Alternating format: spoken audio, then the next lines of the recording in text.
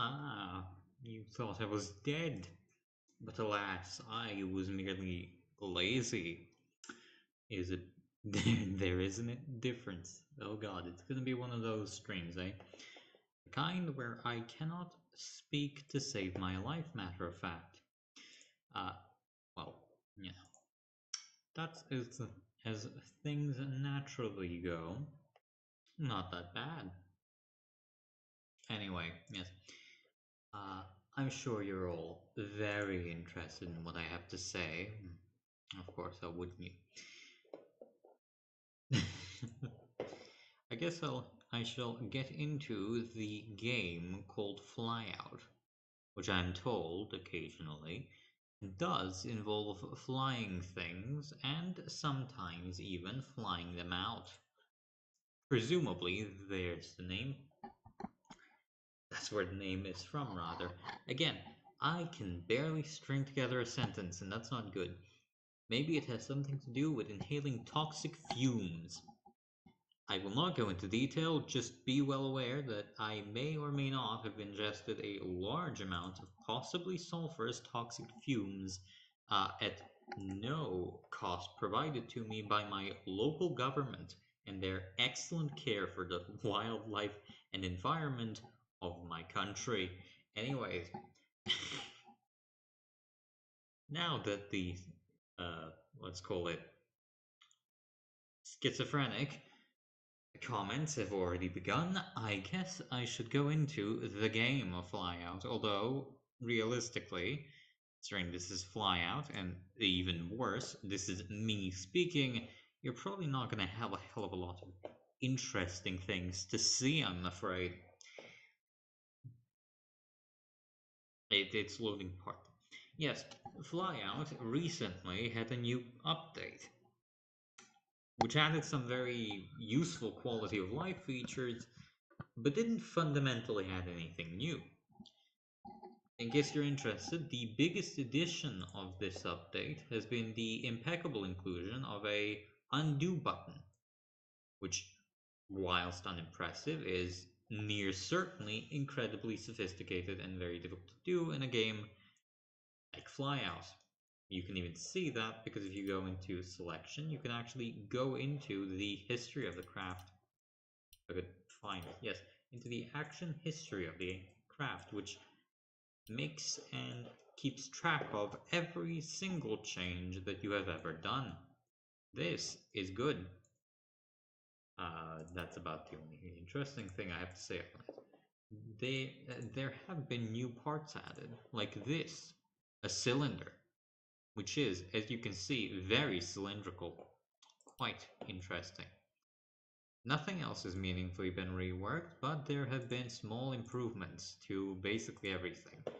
The game is notably more player friendly now, especially if you make, God forbid, a fuck up, meaning that you can actually undo it and don't have to make a dozen different versions of the aircraft. I just noticed your nose is clipping through.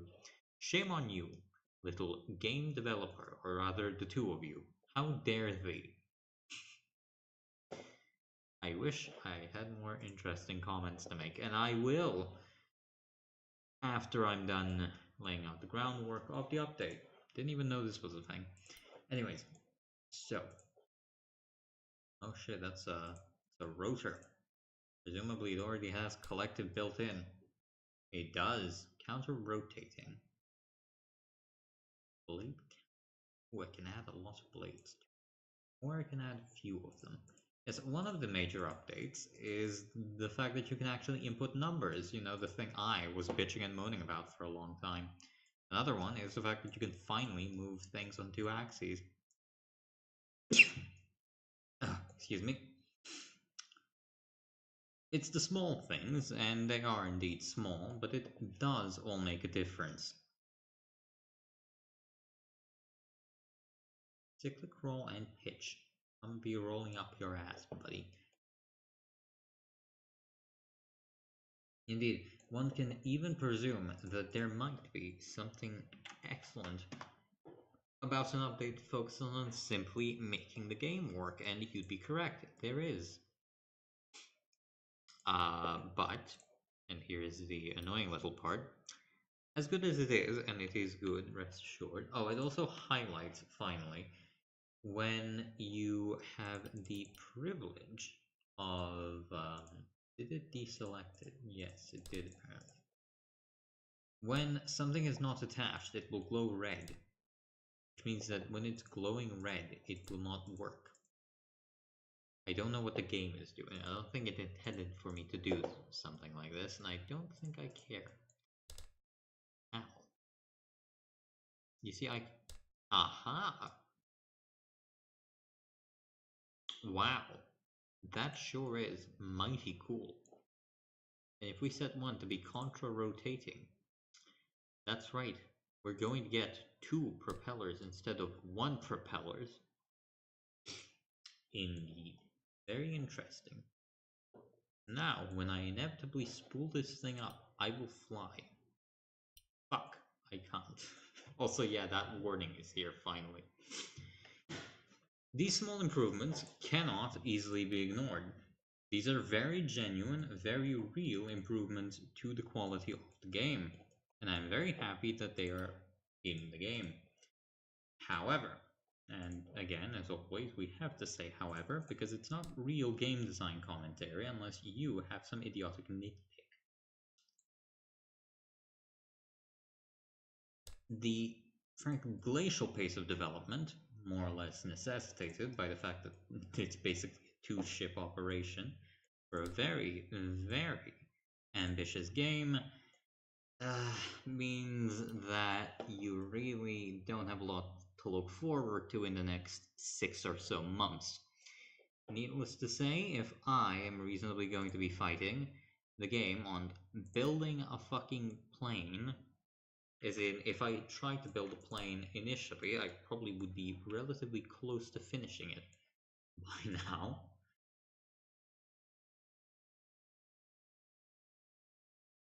In vivo, rather.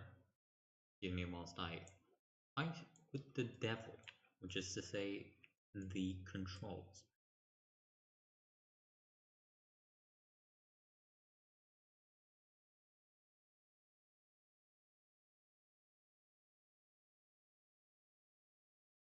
Right. Here's the excellent base of our helicopter. I've never built a helicopter in this game, but there's a first time for everything, including bad ideas. God, I'm so funny. Anyways, yes, the glacial pace of development does have some mild drawbacks. Again, the fact that, well, it would probably be faster to make your own aircraft in real life than waiting to make one fly out. This isn't supposed to be an insult to the game developers. I understand that making a game as complicated as this by necessity is no trivial feat. However, again, this is real good game design commentary because I'm saying the words however. That's really less of an excuse when you decide to start charging money for it. Although I've been having this debate even beforehand, so I will not bore you all with it again. The only thing I think I have to say is that they may have benefited from not immediately releasing the game. Look at that. Like a, some may even call it an aircraft. Very fucked up. But you may be asking, if I am not going to bitch and moan about how the game is being slowly developed, what am I here to bitch and moan about? Ah, you Philistine, you unenlightened cur, how you will regret your words. I'm here to talk about what possible steps the game could take in the future to maybe be good. Which is to say, be good by my entirely arbitrary standards. And as you can see, my standards are very high. How could, after all, anybody build an aircraft as excellent as this if they didn't have excellent taste? I shall call it the gondola, because it will be gondoling me to victory. I should... I don't think I need rotating blades that large, but it doesn't really matter. Hi, yes. I think we're gonna have to get rid of you. You are lagging my game a lot. And I do not enjoy that. My gondola, if you will, does not enjoy being gangled. Basically, I'm probably going to, at some point, during this frankly eclectic commentary, start making an argument as to how the game might progress further, presuming it receives the updates that are currently expected of it.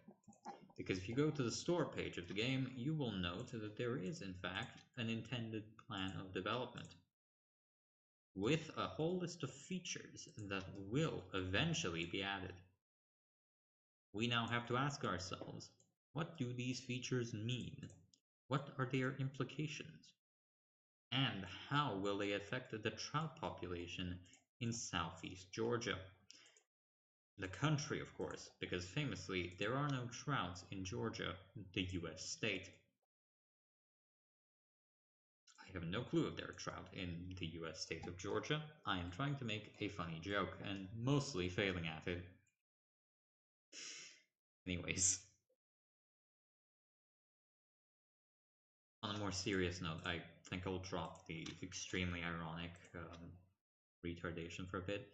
It is interesting to think about how the game is going to develop.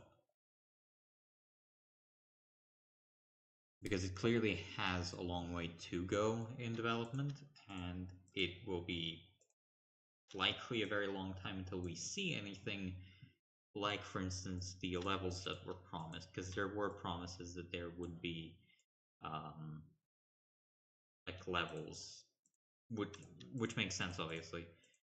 It's the main thing I've bitched and moaned about, actually, the fact that a lot of your actions don't really make a lot of sense because there's nothing really to control you, and you don't really gain or lose anything by just making this thing instead of something actually coherent and good. I don't think this thing should be allowed within 50 feet of the school zone, but call me crazy.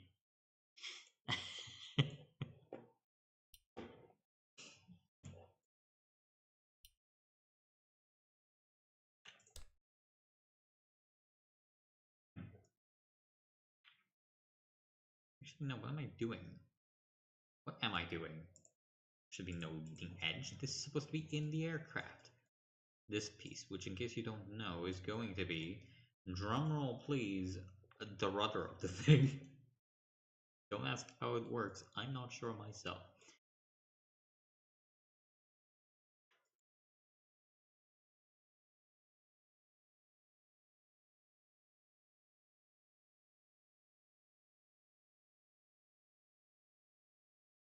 Ah, yes, auto saves.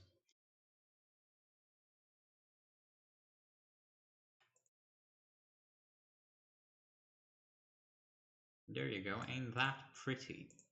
Never mind that a rudder this close to the center of mass will do effectively nothing.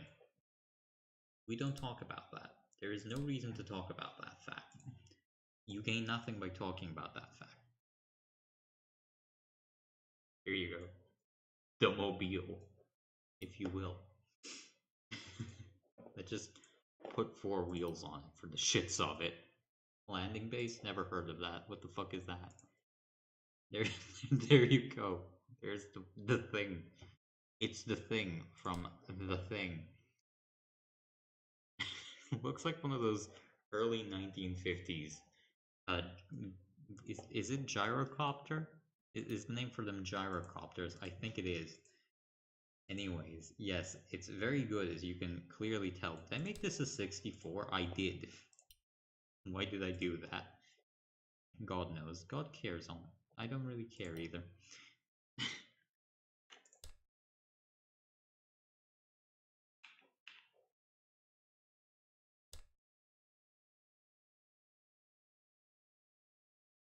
This thing's actually surprisingly heavy for how just atrocious it likely is.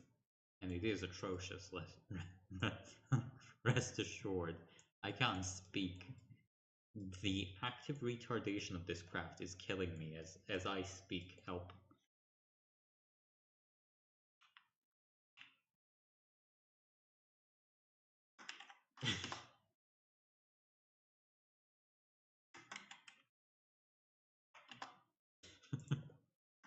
Look at it. It looks wrong in every conceivable way. I love it.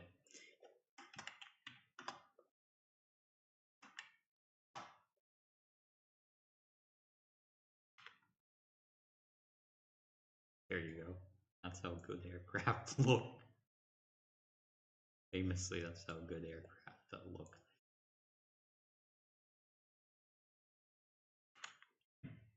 I completely forgot what I was even talking about with this, frankly, abysmal design I'm currently making. I'm sure I'll remember eventually.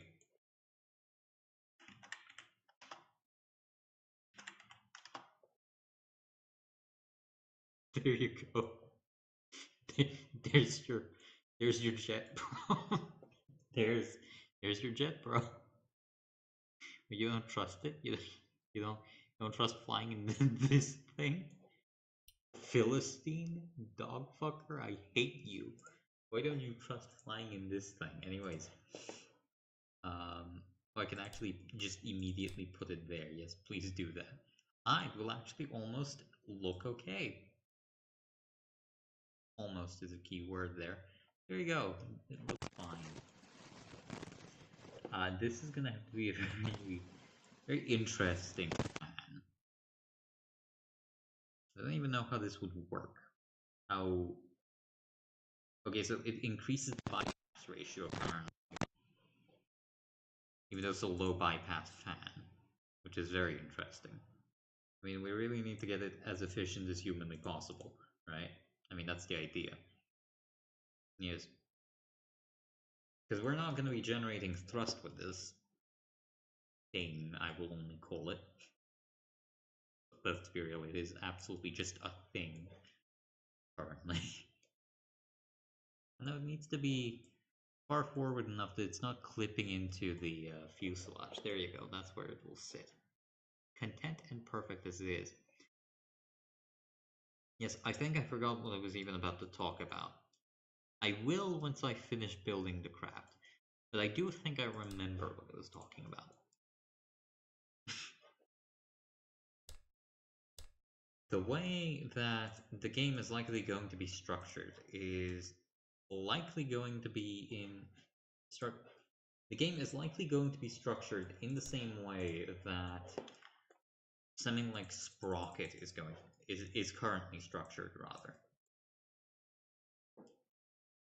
Sprocket, for those who are not in the know somehow, even though I mentioned it multiple times in previous streams, is a game also developed by, I think, a solo developer over the course of a number of years. Does that come in? That does come into the engine. Okay, that's cool. That's fine. Developed over the course of a long number of years. We can actually pull the thrust all the way down because we really don't need more than that. Really also don't need a twin spool, but I guess we can add a bit more to it. I guess we can just add compression to try to make up for... Oh my god.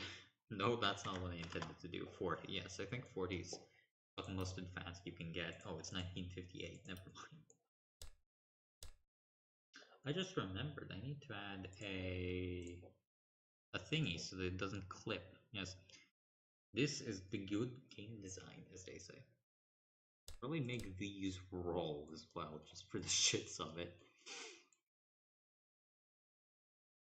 Roll aileron, yes. I'm sure they're gonna have a great effect. 0.4 meters, or yeah, 2 meters away from the main. 2 meters away from the fucking body of the aircraft, anyways.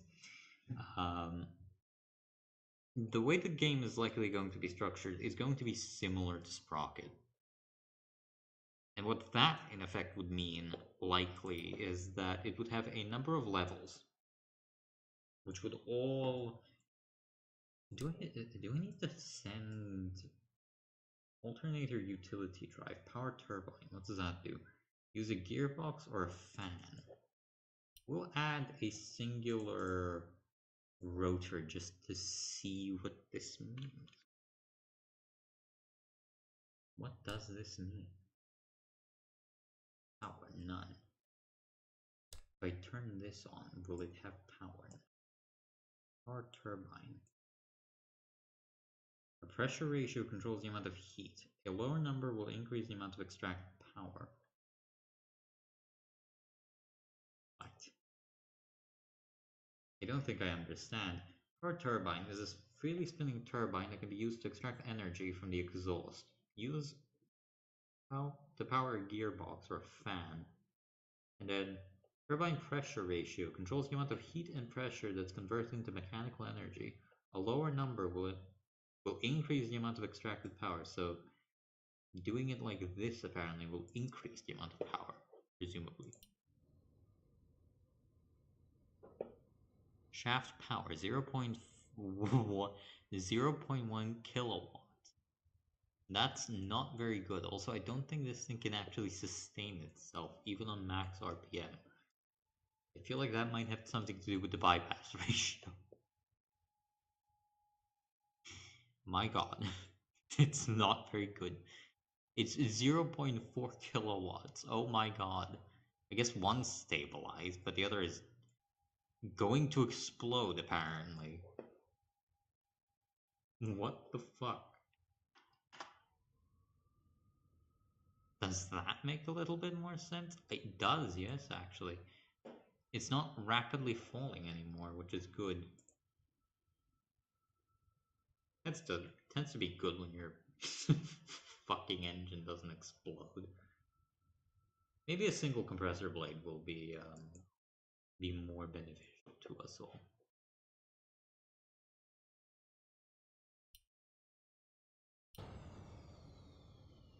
Oh god, that's a lot of RPMs, you know? And far too many RPMs, as it turns out. Maybe we can burn a little bit more, and then set the idle throttle a bit higher to like 0.5. What am I doing? I can set the number. Yes, this is a very good quality of life feature. Thank you, developer, for adding this. Developers for adding this?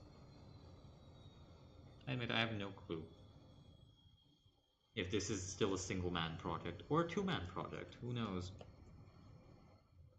No, it's still cratering. That's not good. But we can get a kilowatt out of it. Now that is good. But no, it is still collapsing, so it's clearly not enough. Probably because I have a very high bypass ratio. Yes, it was very much the case that I had way too high of a bypass ratio. Then again, this thing burns fuel like a motherfucker, so...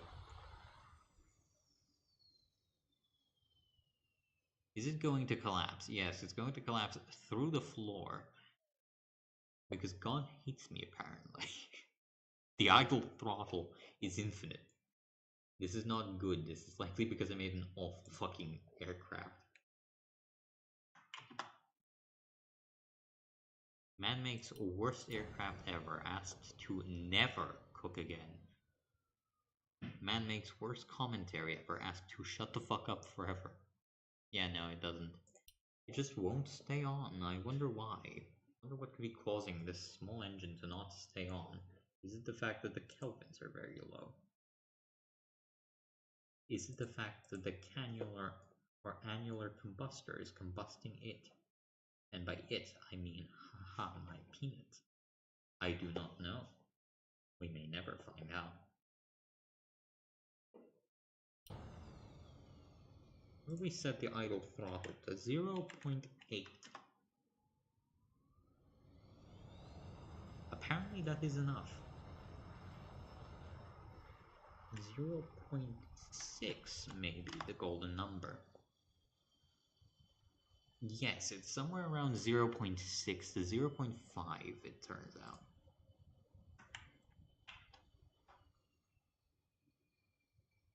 We want to get the base RPMs as low as possible, and I think we got it a bit too low. Because you want the least amount of power getting to the, the actual shaft, if you will. My shaft. File. Oh God. Oh Christ. Oh Christ Almighty. 5, 6. Ah, so that's the amount. It's 0.56, gentlemen. We've found the number. And the idle RPMs. I dread to think what the idle RPMs of this fucking thing are going to be. The answer is around 2,500 RPMs, which is not actually that bad for a jet engine of that size.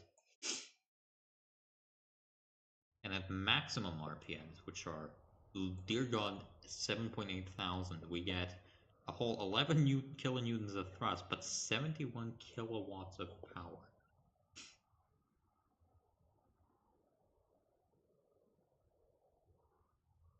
Yes, so basically just make it maximum, I guess. Yeah, just make it as large as humanly possible. Alright, that's excellent. Now, excuse me while I puke. Very cool, very, very cool aircraft design. I wonder if I can now select it. Or do I need a gearbox? No, I need a gearbox for it, apparently. That's fucked up. So do they sit on a gearbox? Inertia, disk area. I wonder how they work.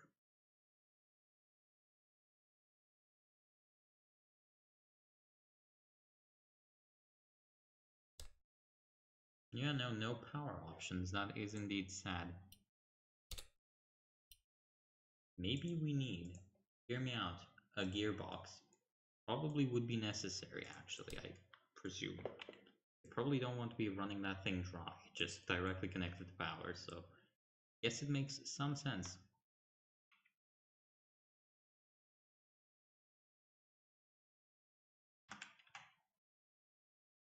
0.8, please. What did I click? Lord God. Gears. How many gears do I need? 10?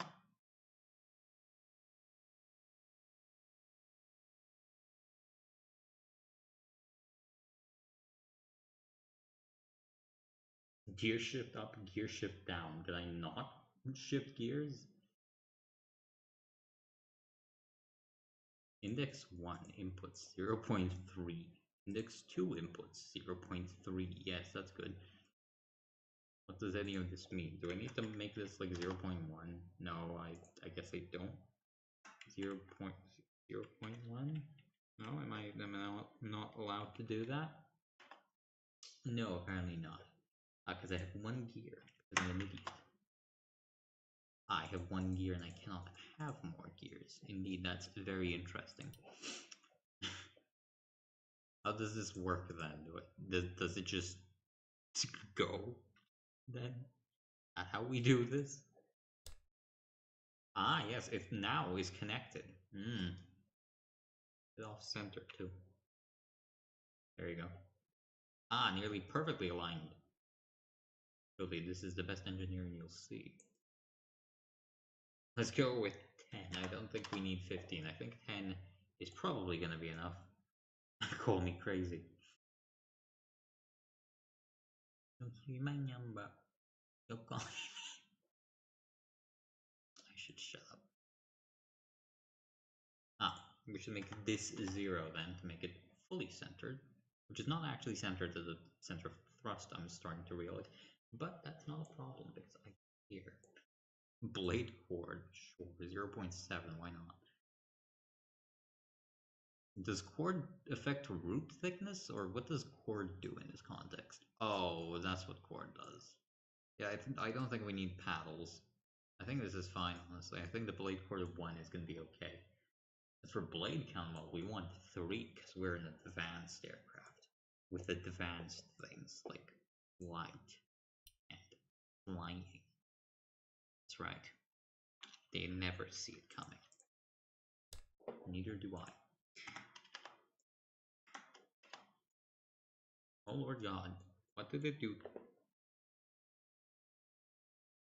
Aha, yes, this is good. We shall conquer with this shit, if you will. We shall now make it longer. I cannot make it longer. Fuck. Then we shall make it shorter. If one does not work, the other will, by God. Or so I will explode. That's right, this is the new helicopter. Possibly the ugliest design I've made. And that's saying something. The wheels need to be a bit lower, I think. Yes. Excellent. This is the thing we're gonna be flying today. I'm sure this is going to work well. That's not how you spell giga, is it?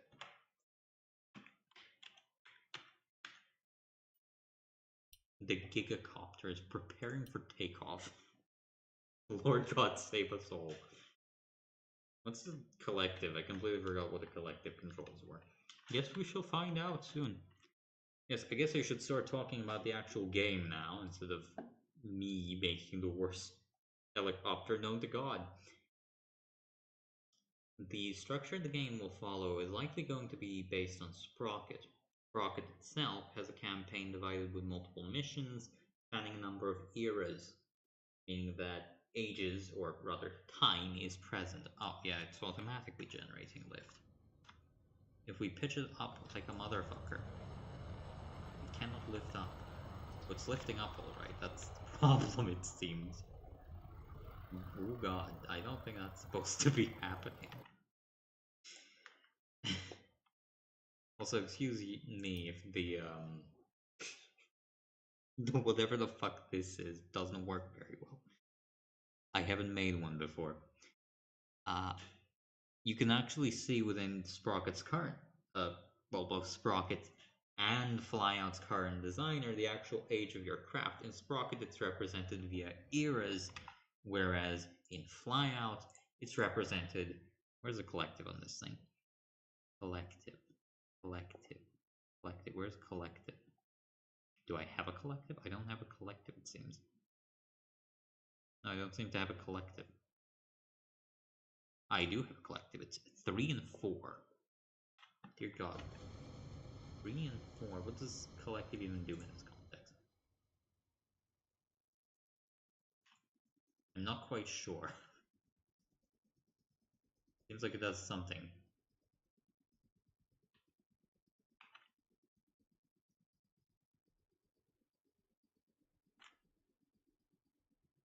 Aha, but we do have control on one surface.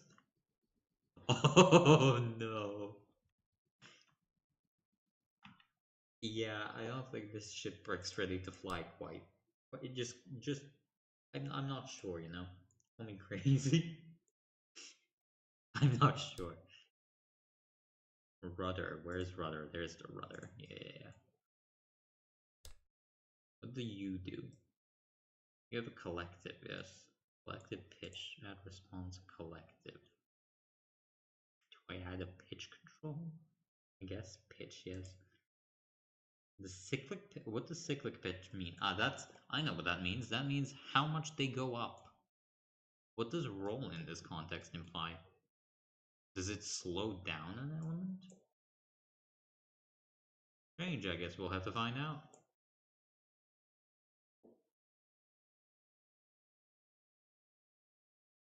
Range 10 to 0.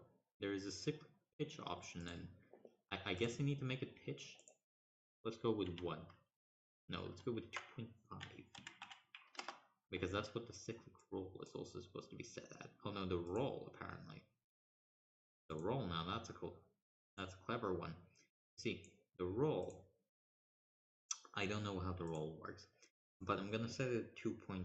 I'm gonna set it at 5, which I'm sure is gonna make sense. And I'm gonna copy that. And I'm gonna copy that into these ones instead, into this one, excuse me, instead, because I'm smart. That's the fuselage piece, motherfucker. Right, but which rotor did I configure? I didn't configure this one. Yes. Then we will paste. Fuck, I can't paste. Yes, we'll just do. I think pitch needs to be the same. Maybe.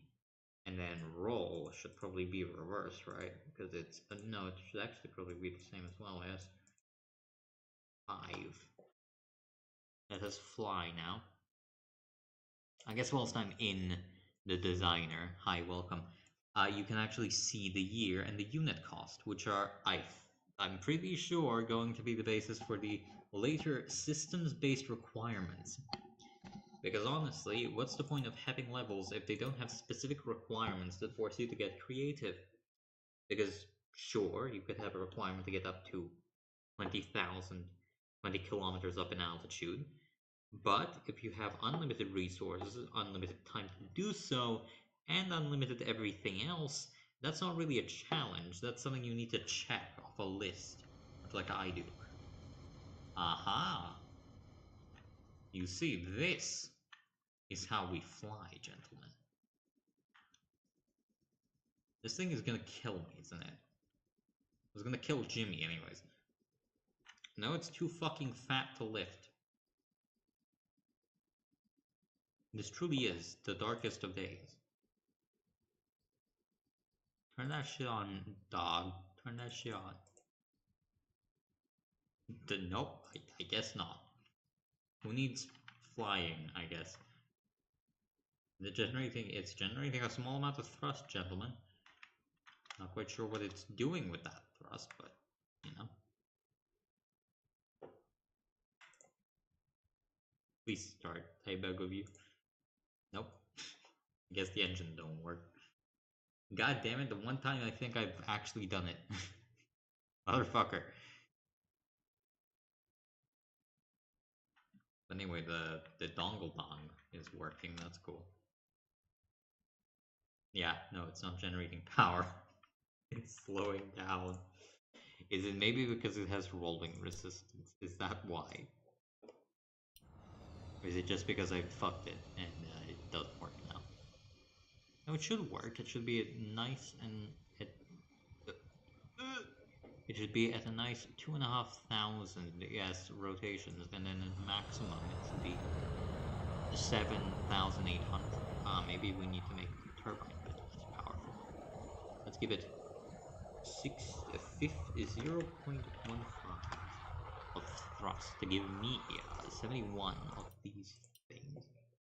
Maybe that was what was being choked out, because the air resistance of the doo-doo dogship propeller didn't work.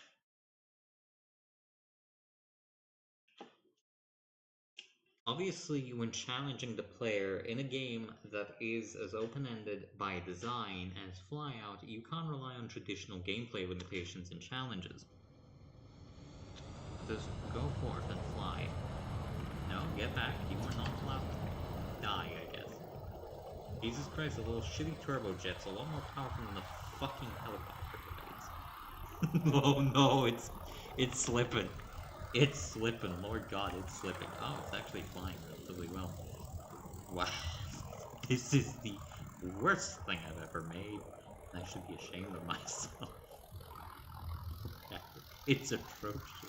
Its climb rate is abysmal. Everything about it doesn't work. Oh no.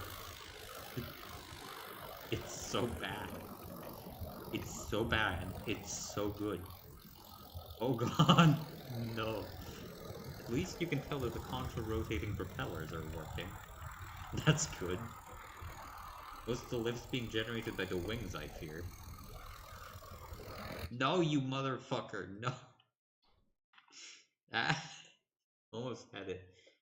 Yes, typically in a game, you can use certain game design decisions to limit the player's ability to progress and or to ensure that they remain at a specific power level, which will make you able to continuously balance the game. Well, apparently this doesn't work. We have learned this now. This is so fucked up. This helicopter don't work too well. Am I muted? No, I'm not. Good. In FPS games, for instance, the power of a player can pretty easily be dictated by the relationship of your player's health versus your player's damage output versus the enemy's health and the enemy's damage output. In short, the more damage that player does, or the more health they have, the relatively more powerful they will be. Conversely, the weaker you want to make the player, the more you can... Ah, that's why it's not working. It's not fucking centered. Yes, that... it's not centered. I don't know what to say. Beyond... I'm confused how the fuck this thing's even flying. Sorry, I'm trying to make English words. It's not working. Look at... Why is it doing this? Look at the fucking thing. Anyway, yes, you can relatively easily control the player. There are other methods, of course. Level design, for instance, can also significantly impact the player because the effective health of the player is strongly determined by the amount of damage the player will take. And the amount of damage the player will take is strongly determined by the amount of enemies around. You can pretty easily control that through these softer means. But ultimately, it's relatively easy to balance. You can also balance it, for instance, by having the player use... how would I even go about saying this? God knows. By having the player... Look at this fucking thing, it's so stupid. I'm getting distracted by the existence of this vile creature. I cannot look away. It's so terrible, but it's so good. Oh god, that's a steep bank just entered. Oh no, I think I killed my airspeed. No, I didn't. Okay, cool. Look at it. The gigacopter. The gigacopter. It's flying, and it's flying better than you will ever see. In strategy games as well, you can limit the player again, in large part either via level design or by simply changing the metrics, for instance, of how the player's units perform in relation to other units, or rather enemy units, alongside the difficulty of the objective, which is again one of those softer elements dictated upon by the actual design of the level. In a game like Flyout, you really don't have those hard balancing limits, like health, like damage, like everything else. You are very much forced to... What does this thing look like internally? Oh my god! I guess it's technically flyable. You don't have those restraints, because fundamentally it's the player who's creating the vehicle, and thusly the player who's impacting the gameplay experience to a larger extent than you might otherwise be able to in other games. It's not very good in the yaw axis, I'm starting to find. I wonder why. I guess rolling is probably a more effective way of turning. Ah, so that's why they didn't. There you go, excuse me. Just hit the block, a fool. Block his ass, send him to the Shadow Realm. Immediately. In a game like Flyout, when you have the ability to make this fucking thing, it's a lot more difficult to balance just on hard factors like health, because, I mean, how do you balance health on this fucking thing? Like, what's the health of this thing?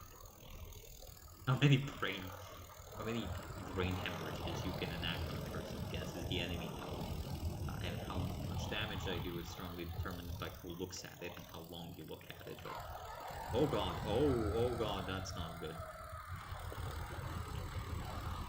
That's not good. What is it doing? Fly, you fool, fly quickly. Fly, my chud son. Wage death and destruction upon the lands of men and orc, I guess. I actually flew a decently far distance. A decently long distance. Yes, that's English. It technically works. I mean, in rearwards, visibility is amazing, by the way. Who wouldn't want to fly the gigacopter? So fucking stupid. surprisingly fun to fly. Well, I guess having a relatively large engine for a relatively powerful rotor works. I just don't know why it's not showcasing lift appropriately. Maybe it is. Maybe the individual blades are creating lift. I'm just stupid. Anyways, yes, this thing is very fun to fly, I guess.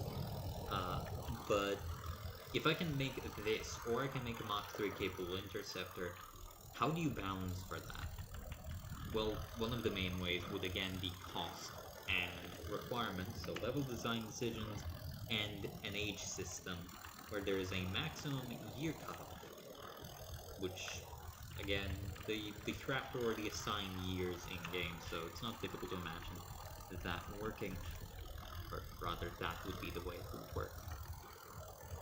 I'm just thinking, how does fuel get to the engine? Interesting.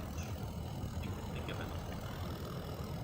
Just shove a gun on this thing just as it show. I mean, I don't think it can take off on the gun. It can barely take off under normal circumstances, but still. I mean, we're at max throttle and we're not doing anything. It's decently fast for a stupid plane like this. Helicopter? I mean, there are slower helicopters. Oh my god, I think I could snap the blades there. With the amount of flexing that just did. Duly noted, don't pull up like a retard. It is quite fun looking though, isn't it? Fly, fool, fly to the ends of the earth. uh, for instance, a challenge might require you to climb to a certain altitude by a certain time, and punish you with failure if you do not. Then, regardless of the kind of craft you do create, you could, of course, win by successfully achieving your goal. Which is quite obvious, that's generally how the gameplay loop of these games works. And I've gone into how the gameplay itself works plenty, how a primary gameplay loop of a game like this is going to pan out actually a fair few times now. Also because I'm very good at reiterating one point and not very good at much else. Anyway, please center the gearbox. Why did I not center the gearbox? What was I doing? What was I cooking, Lord God? Is that centered? I think that's centered now. Are these centered now? Yes, they are. They should be anyways.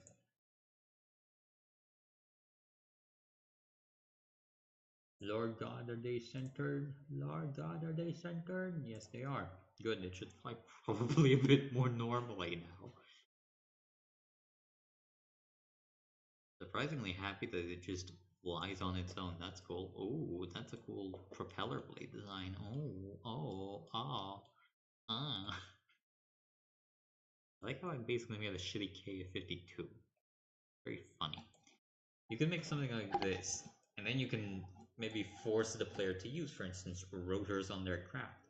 So you can effectively force them to make helicopter, or you can not force them to do that. That's also an option if you're not demented, sick, and twisted like me. My sick and twisted evil life. Why is the entire build based on the cube? Please don't tell me every single piece of fuselage is on the cube. It's on the cube, isn't it? It's on the cube. Oh. No. Yo. Fuck it. Stub wings, go fatter. That's right, kids. We're doing inflation. Right. There you go. That's how you inflate things, kids. Dear God, it's awful looking. Look at it. It looks obese.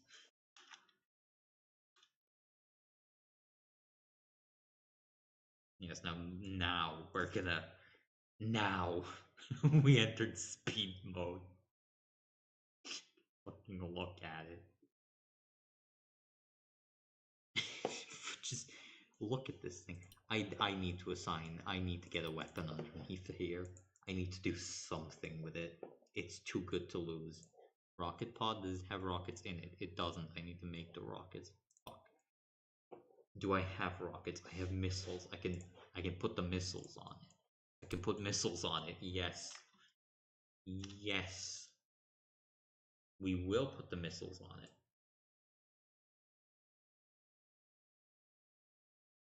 And they will be angled out too. I don't think they fly with missiles, but we'll see. You never know. There you go. There it is. Do I want a fuel tank in this? I probably don't want a soft joint, but yeah, I can shove a fuel tank into it as well.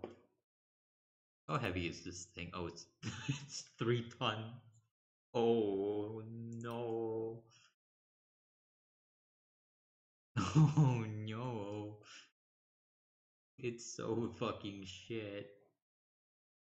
I don't think improving the span of the wing, the wing, the span of the actual rotor will help much in this scenario. Let's outfit it. Yeah, you know what? Fuck it. Yeah, let's outfit this thing with a missile of some kind. Well, we need an IR missile, obviously, and since this is 1962, we probably want the C model in the M58. No, it's 1962. We're going to be using the A model. Critical for development and use. The critical design is very good, as you can tell by this thing's existence. Aha, now it's aligned. Okay. Look at the size of the missile compared to the fucking thing. Dear God. Dear Lord God. Wait. Yes, look at it. It's so beautiful. It's my beautiful boy. He is beautiful. He is beautiful. Look at him.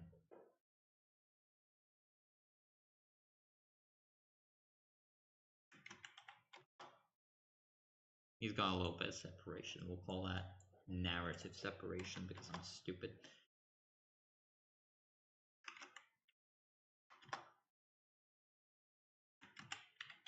Seven 5. Remember this. Remember this, ye enemies of God. This is the AIM 58. AIM 58A. It's nearly 200 kilo. It's nearly 120 kilos, which is slightly heavier than A9B. In case you're interested, very slightly. But how else shall we arm this vehicle? Not with you, dear God, not with you. The AIM 69A. That's right. It's an M58A. Anti-radiation. It's radiated. That's fucked up. You could, for instance, make a requirement that there are seed radars you need to engage and eliminate. Preferably not with this fucking thing, but you know. you have to make it work somehow, okay? Now we shall see what the 0 minus 0.5 apparently. Minus 0.5, yes. And then it's 0.7, right? 7.5. Yes. Perfect, as all things should be. This fucking thing. Look at it. It's perfect. He is perfect. He is the bestest thing that anybody has ever made. Look at it. It's demented, it's wrong, it's sick in every way. You could have these challenges that require specific choices be made, whether in intercepting enemy opponents, getting to a place and altitude fast enough, having enough endurance and range, which can be calculated on the fly, obviously, and a whole bunch of other systems overall. Oh god, it's very unstable. I don't know why it's doing that, but maybe it will take off eventually. But no, please stop, I beg of you. I need to fly. Please, you don't understand. My family needs this. It's possibly capable of taking off. Maybe it's capable of taking off. It's capable of taking off, gentlemen. Gentlemen, it's capable of flight. Occasionally. Not very good flight, mind you, but it's capable of flight. He's got the power to weight ratio, but dead fucking horse. Look at it. It's perfect. Look at it. What's drag coefficient is awful. Lift coefficient is the worst. It's got 1.0 thrust away. That's right, baby. Which is kind of a prerequisite for a helicopter, come to think of it, but we don't talk about that. Set current and engage. No, motherfucker, that's not how you fly. You bitch ass nigga. I hate you. You have betrayed me. You have betrayed me. Autopilot. How dare you do this to me? I think the controls might be reversed. Someone's telling me the controls may be a bit reversed. I don't care, it's perfect as it is. You can bitch and moan all you want. He's perfect. He's beautiful. He's my beautiful boy. Well, I'm losing frames. In the video stream. Yes. Let us fly, gentlemen. Fly high into the sky. Not like that, for fuck's sake. But the riding force on the elevators is so strong. I lost a missile. I lost a fucking missile. They took my missile away. It blew up. How am I supposed to kill people now, motherfucker? It blew my missile. How am I supposed to fly this thing? Better question. Better yet, how the fuck is this thing supposed to fly? Not very well. Turns out you really do need to be very, very careful when flying it. I don't think it's gonna work. Someone tells me the gigacopter is probably not my best design. But you could have, for instance, a requirement to have air-to-air and anti-radiation capabilities. Yes. Are those the same? Yes, they are. You can have, for instance, this. Oh, it can only walk at 14 kilometers, which is interesting. Meanwhile, this thing can only walk at 8, but that's because it's a much worse missile than this thing. Although, honestly, it's not that bad. As you can see, my missiles aren't terribly realistic because basically all of this is the engine, and then this is the warhead, and then this is the guidance section. The guidance section is really short on this one. It's only 0.3 meters. Meanwhile, I for some reason put 0.8 on this thing, and then 1 meter on this thing. So if I maybe cut it's a shaped charge apparently, interesting. If I maybe cut down the overall length of this one. Oh, this one's different. This one's 0.3. Is this one 0.3? Yes, it's 0.3, 0.5 apparently. Only 7 kilos of blast fragmentation warhead, which is not great, but not terrible, interestingly enough.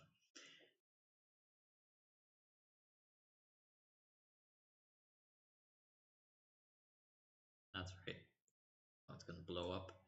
It's gonna blow up everywhere. You can tell it's probably not gonna do a hell of a lot if it blows up, but that's fine. Maybe make the motor a bit... Well, the motor is actually fine. It's mostly just that the guidance section is too short.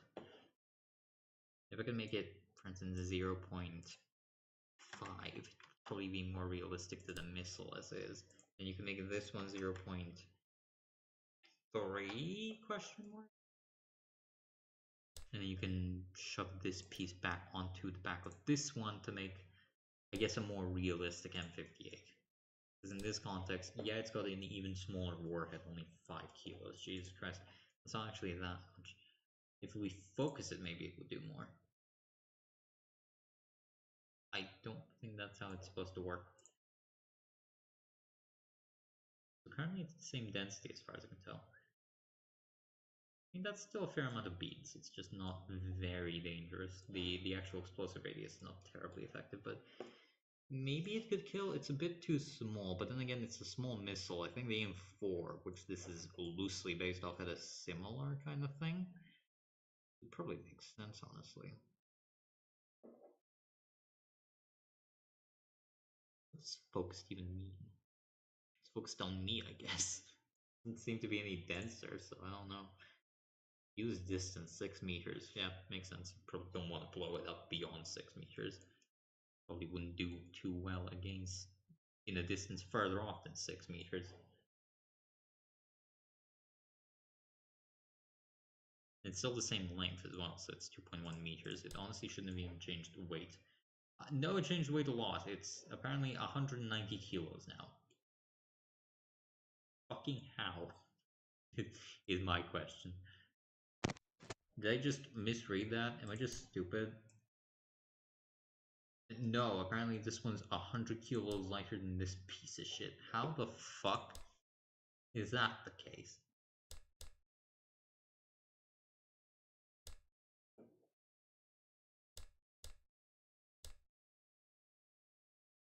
I guess this just is lighter, apparently. Good to know.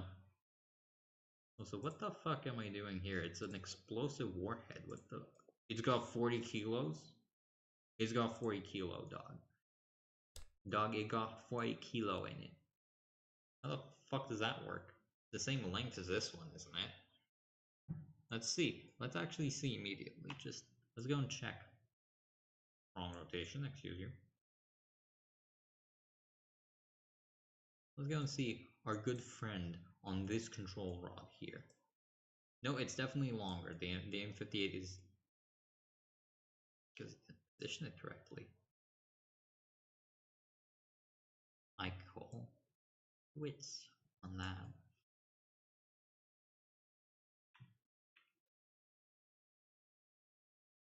No, it is definitely longer.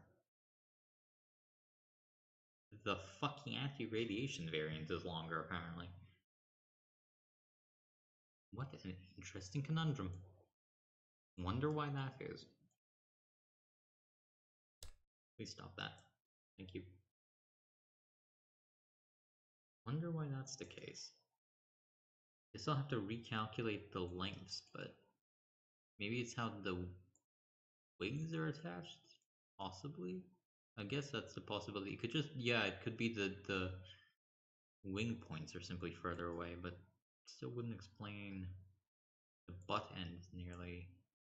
If I align the butt to ass, yeah, it's, I guess the wings are just slightly further back on this one as opposed to this one, which I guess makes sense, yeah.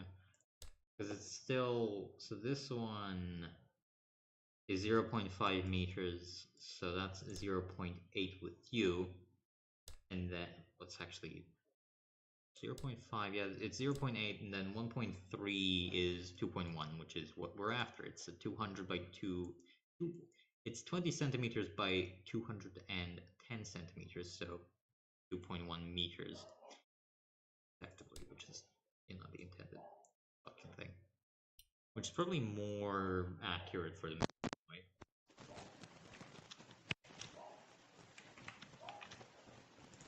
M58A, yeah. Probably makes more sense for this to be the M58A. As you know, the rocket motor is still large, but the warhead's relatively small, and you still have a fairly large guidance section for a missile of its day and age, I guess, if you will. This pushed me up. No, it actually pushed me down, I think. And this awful, atrocious thing I hate. M58. I guess I need to now go and modify all further M50. The M58B is the next one I need to modify. Very important. I assure you that the M58B also works.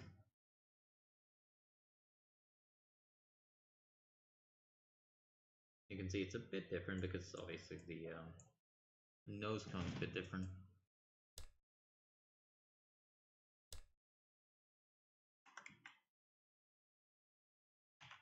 .75, that should put us in the exact wrong position, minus 0.75.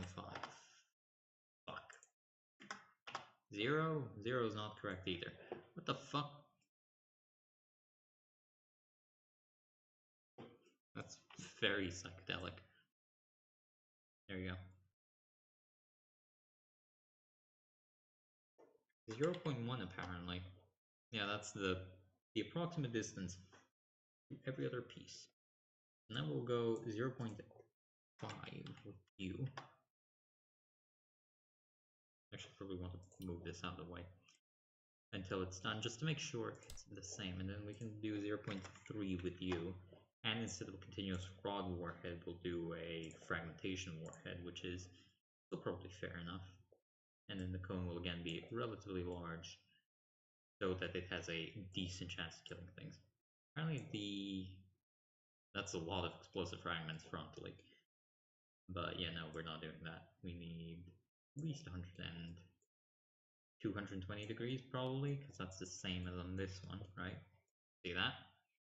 I think the motors on them are the same, so I don't need to do anything about that.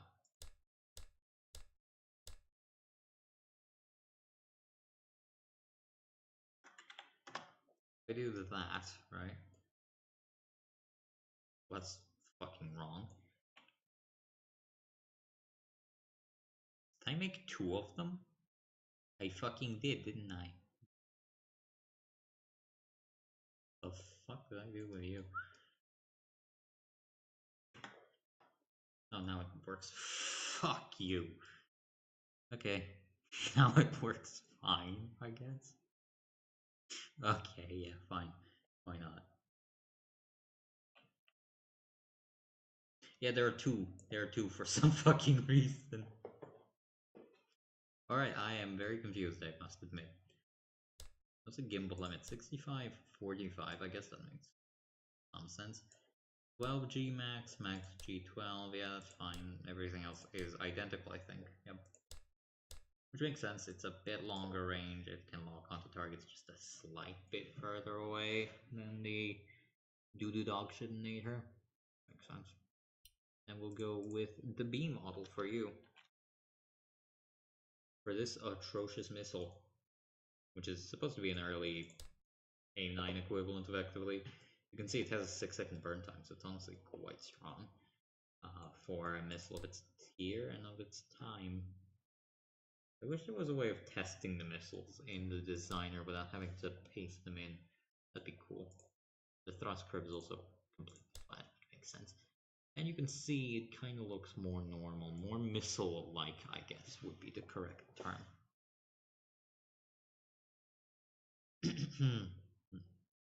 The anti-radiation missile we can just chalk up to it being different, effectively. So the next one in the M58 family is actually the M76 family. You can see these go all the way up to, so you have the M58 C and Ds I missed, or rather I skipped. So the C is the IR Seeker.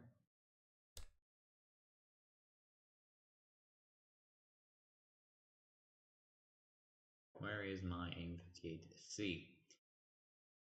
That's the B. That's the C.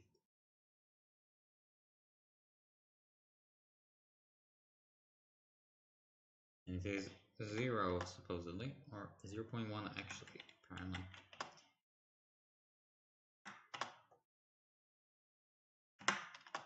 Aha, yes. Excellent. Indeed.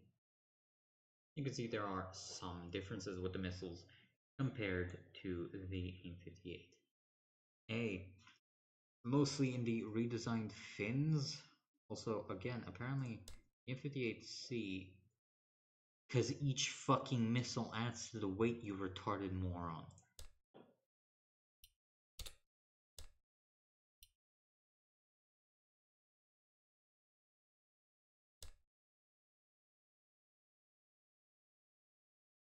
Oh god, that would have been a lot easier to explain.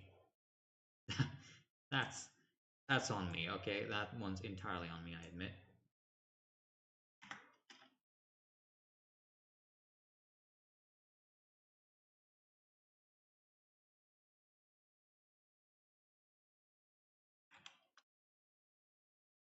Why, thank you, that's what I wanted.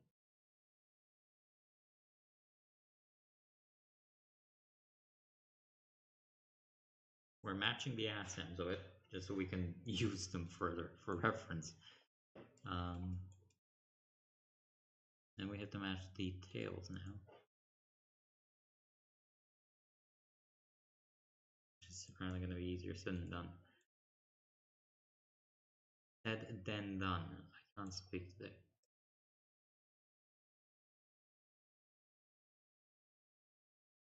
.92, 0.92 is fine enough.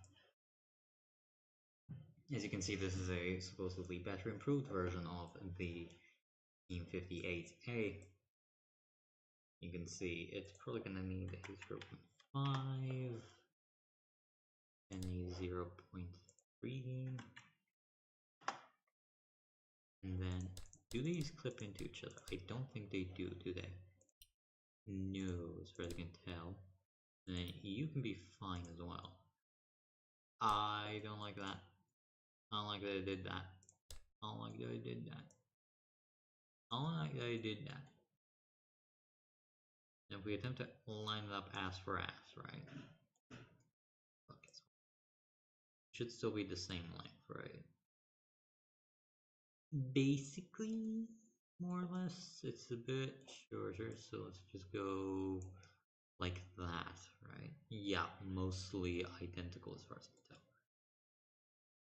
Wish they had different models for the Seekers, that would be cool. Now you can see this one is a teeny tiny bit more advanced. I do mean a teeny tiny bit because it can pull double the fucking G's. In case you're interested in how it pulls double the G's. This thing gets a movement range of 25, this thing gets a movement range of 30. Probably cut that down to like 20 degrees, and then you get a movement range of 30 degrees. Which should make a real difference in flight. Also, slightly less pressure happening. Which would also probably improve maneuverability at very high speed. You know, they can pull probably a bit harder. Also importantly to note, and just fuck off, thank you.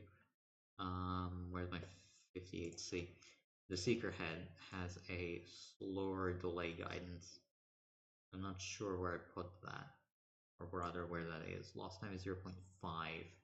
Not really relevant when you don't have data link. Yes, launch delay, as you can see, is 0.3 for the M58C, and it's, I think, longer. No, apparently the launch delay is the same.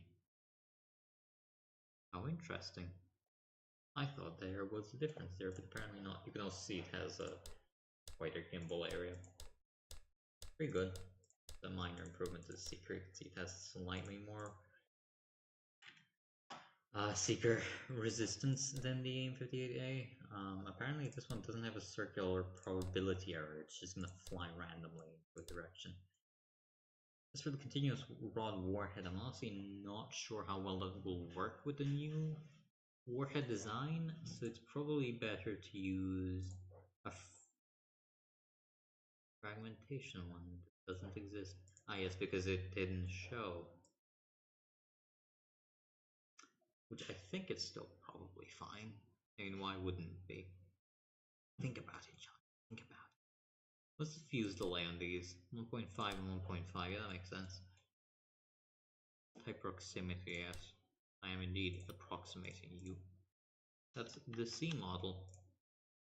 Very cool, very cool. Is the weight the same? It's 106 versus 191. Please tell me that's not technically the correct weight.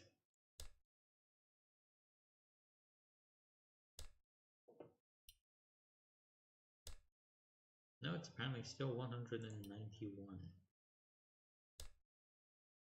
God knows why it's twice as fucking heavy, apparently.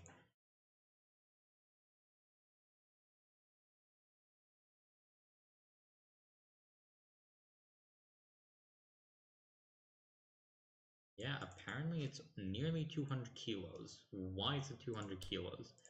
This is 19. This is 20, so it's 24 kilo, give or take. And then this one is 50 kilo, which would be 90 kilos, or roughly 100, because we also have to take account the wings, which are also slightly heavy, and the motors, which are also slightly heavy.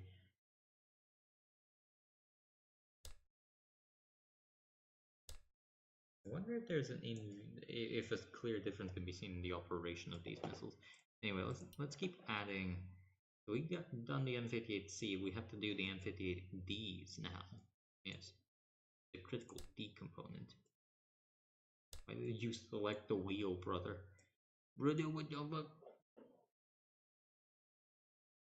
As for you, again, mostly the same. We're just gonna do this, and we're gonna do this, and then we're gonna do this, or rather this.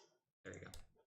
and it should be the same weight. It's actually slightly heavier, I presume, because the radar seeker is slightly heavier. You can see minor improvements in range and minor improvements in lost time as well. 10 lead target still doesn't have lock-on after launch or inertial navigation, but it probably does have a lot of other benefits. As for that, fragmentation, focus, no thank you. 220, I think is where we're going. Yep. Very cute, very standard. Apparently it's 120 as opposed to the 110, so it's 10 kilos heavier somehow, and this thing is apparently much heavier, so about that. Who done it? Who fucking done it? That's right. I did it. I stole your girlfriend and your first love. I'm just randomly saying words and hope they make any kind of sense. It's been an hour of this, by the way. Hopefully you enjoyed my excellent gameplay commentary and also game design tips, where I stated something very obvious that likely the developer thought about. You see, my actual argument here was at least supposed to be, before I realized I'm very bad at multitasking. Ah, there's two of you.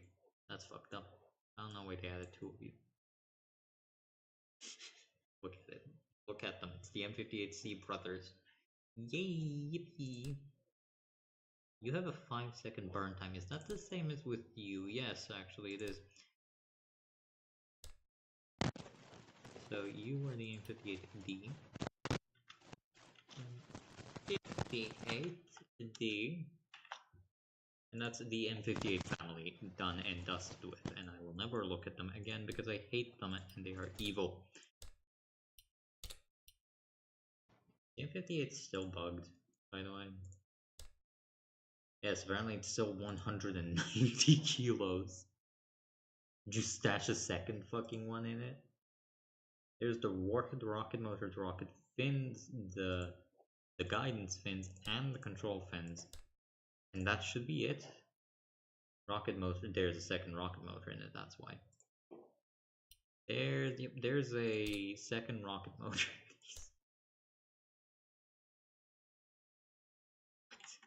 What the fuck is going on exactly?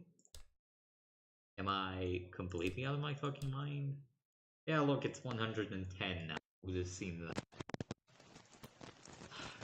What the fuck am I doing? How did I even manage that? That's interesting. I'm not gonna say anything else that's interesting.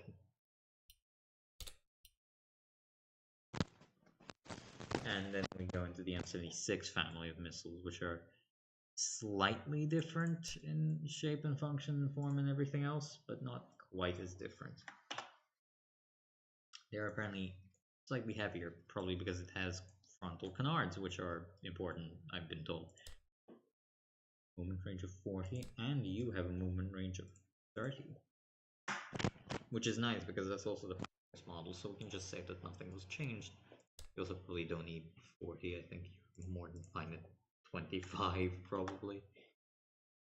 Let's just say 30 for the sake of argument. Bitch. Are you more normal sized? No. So I guess we have to renormalize you too. 0.3, 0.5. Then you are 0. Because the booster is bigger, yes. 1.3, there you go. Then we have to add the booster again. And there you go, it should be the same weight. Oh, basically the same weight, I guess. Except the body is moving. I wonder why that's the case. Probably because it's fucking longer, you dipshit. So 0.8 with this, right? It's 0.5, yeah. Plus 0.3, yeah. Yep. Game's not liking this. 0.3, yep. And then it's 1.3, so it's 1.3, 1.6, 1.2.1. Should be perfect, as with all the other ones. I guess the longer burn time motor is the claim. Even though it's not longer burn time now, so I guess... Do I need to move you back? That's an interesting question. Where's my M? Let's see. Which is a therapy based on.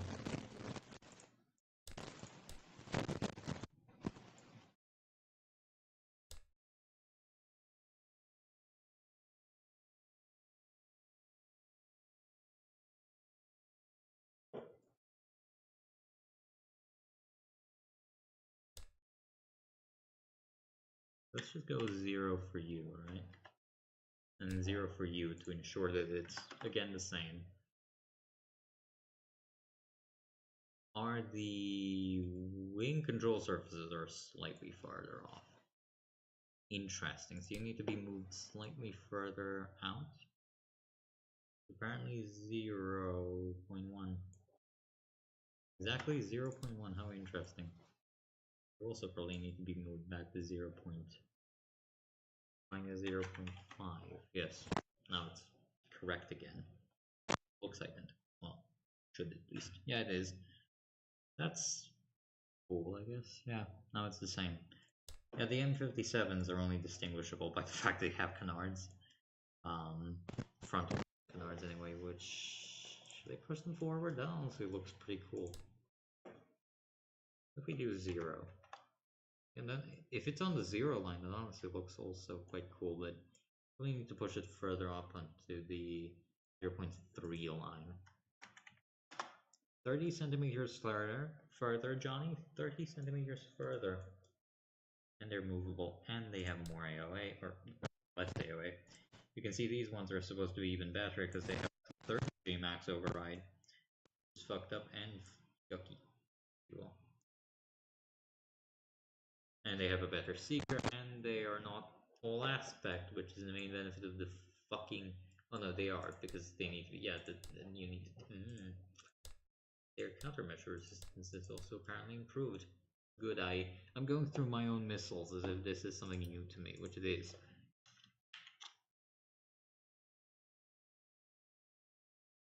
M76A. The aim on the day. Haha. Don't.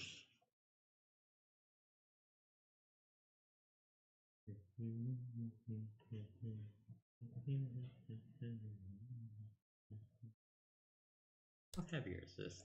Well, it's only 2 kilos heavier than this thing. I guess the canards are light.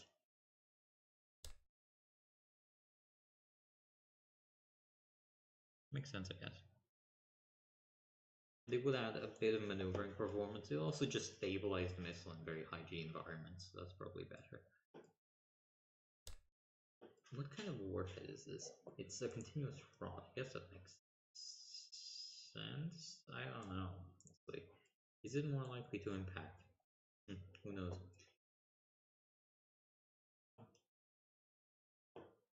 I like how I wanted to build a helicopter and I just got bored and decided that, you know what, I'm going to be redoing all my missiles, or rather, all my basic missiles, because I still have the B models.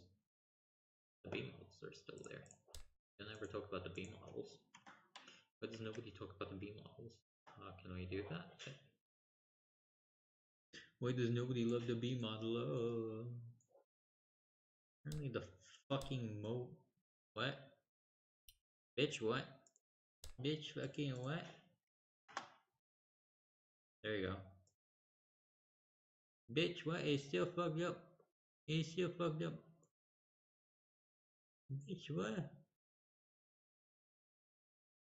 Did I just happen to fucking nail it before? I guess I did. Well, now you see, I intentionally made the difference smaller. Huh. Because I need to put them on this end. Then if I do 0, it's going to be correct. Yes, probably that's the case. Yep, that is indeed the case. If I was wrong fucking missile.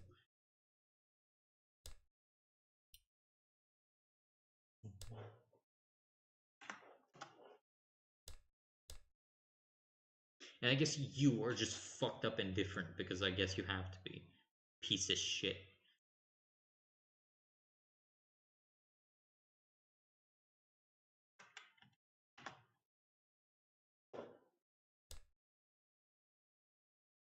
Zero point 0.3, 0.3, 1.3.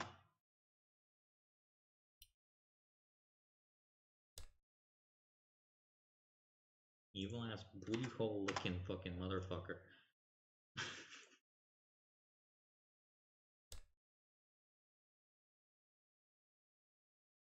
Where did I put you again? Fuck. 0.3, 0.3 on you. Oh no, that's not right. That's not right, bro. Oh, that's right now. Haha, fuck you. Now it's correct. I guess these were clipping in. Oh no, these were clipping in, weren't they? Oh my sorry heart. Let's just pretend that's not a problem. That's not a problem, rather. Steady my sorry heart. We must fight against the devil. The devil being details, which I'm not very good with. There you go, now it looks fine. What I said to you, 30 I think, and then 30 or 25? 30. And your range is also 30. 30 on 30. Actually, I think the M76 families really gonna pull this card on terminal, or rather, non-terminal on launch actually.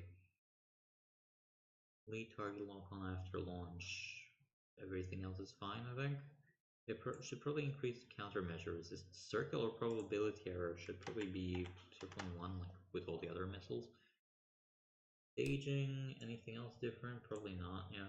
For some reason it's heavier, but that's just radar seeker, makes sense. Length 5, everything else is fine. Can pull 30 Gs, yep, that's okay.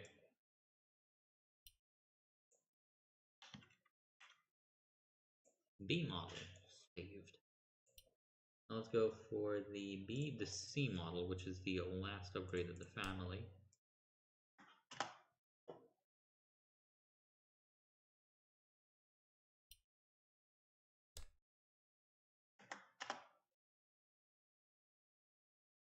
I guess working now, is it?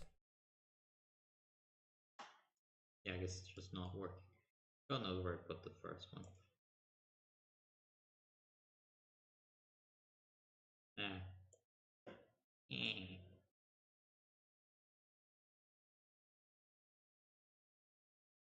Get your fat ass in line, motherfucker.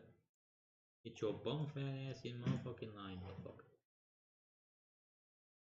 Okay, or probability error. Yes, it was also 0.1, or perfectly should be 0.1. What the fuck?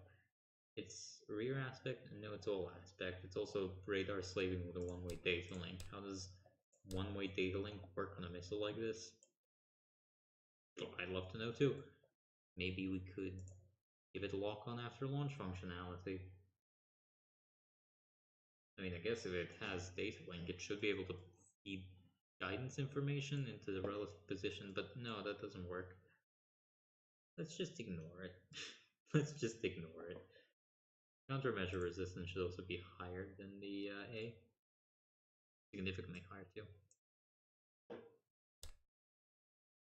Yeah, the countermeasure resistance on this one is more than twice as good, actually. The seeker and the search area are the same, max distance is the same. How, again, does the one-way data link work with a missile like this? I'm not quite sure.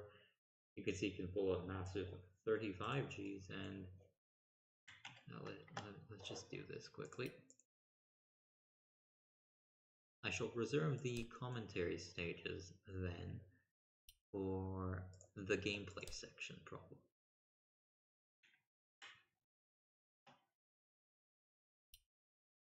Because I'm getting way too bungle fucked, dungle dongle dunged, if you will.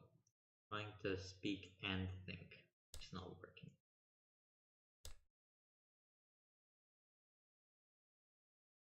These are non-movable cards.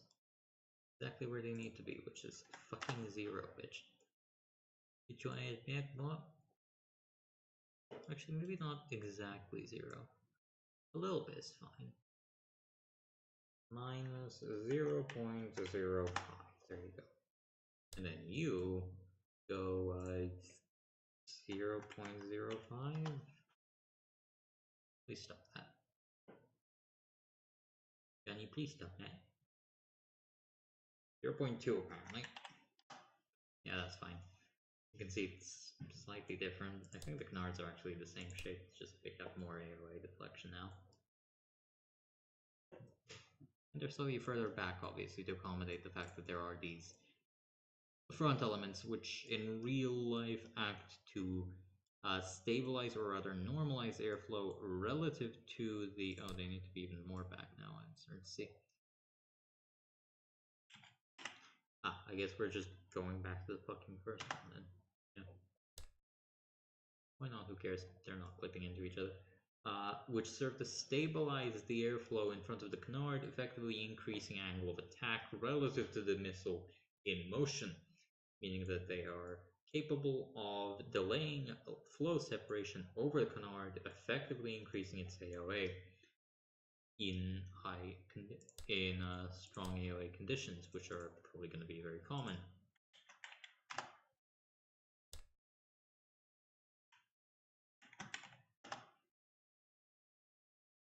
Kind of the same idea with this, in fact. That's kind of why I did it, but you know, it's a little nominative improvement. I mean, for missile that's supposed to enter service in the early to mid 1980s, I think this is okay. Relatively contemporary design to things like the AIM-9X family, latter R-73s. This very much looks kind of like an R-73 as well, so I think it's fine. I guess I could get 1600 for you.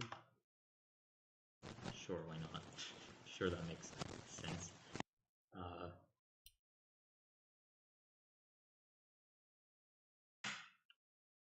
Fuck, no, that's the, yep, that's the correct one. Saved sub-assembly, yay. And only the D is left.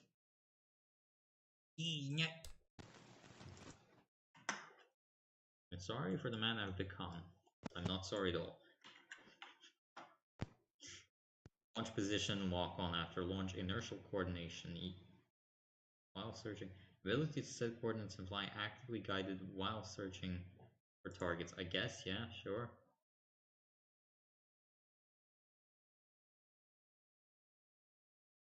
Which is different from remember position. Somehow, I guess. Single, yeah. I guess it doesn't get the ability to be data linked. Why not? Lost time. Considering it can actually be... It has INS on it. Should probably be like 3 seconds, let's say. Lost time afterwards.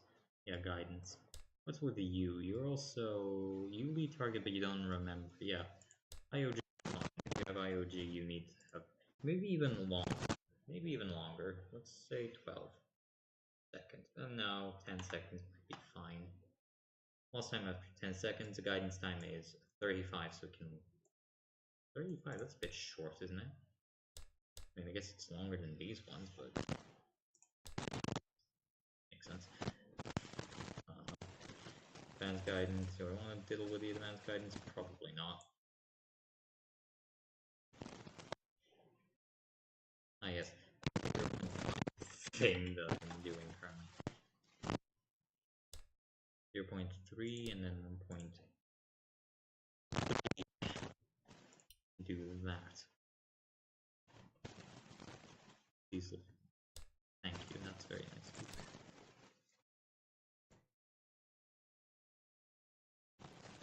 Might shut things up like it sounded okay again. What the fuck? What the fuck?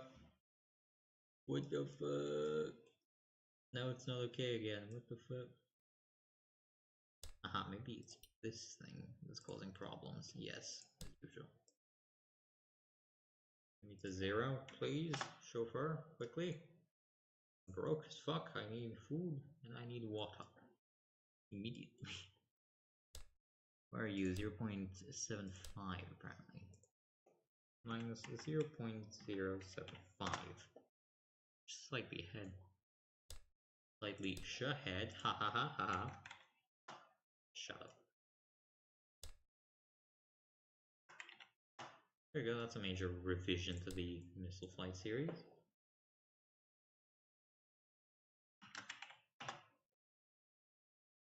All very similar again. Good. These canards move more than the other ones. No, they do move more, obviously, but Not by much. Yes, very interesting. Very, very interesting, sir. Roll rates, moving max, jeez, yeah, it's all fine. It's all dandy. Data link, who cares? 21 kilometers is probably fair enough for a short range missile of this type. It's 127 kilos. 123 kilos, never mind. I know how to read occasionally. And that's the last of the M76 series.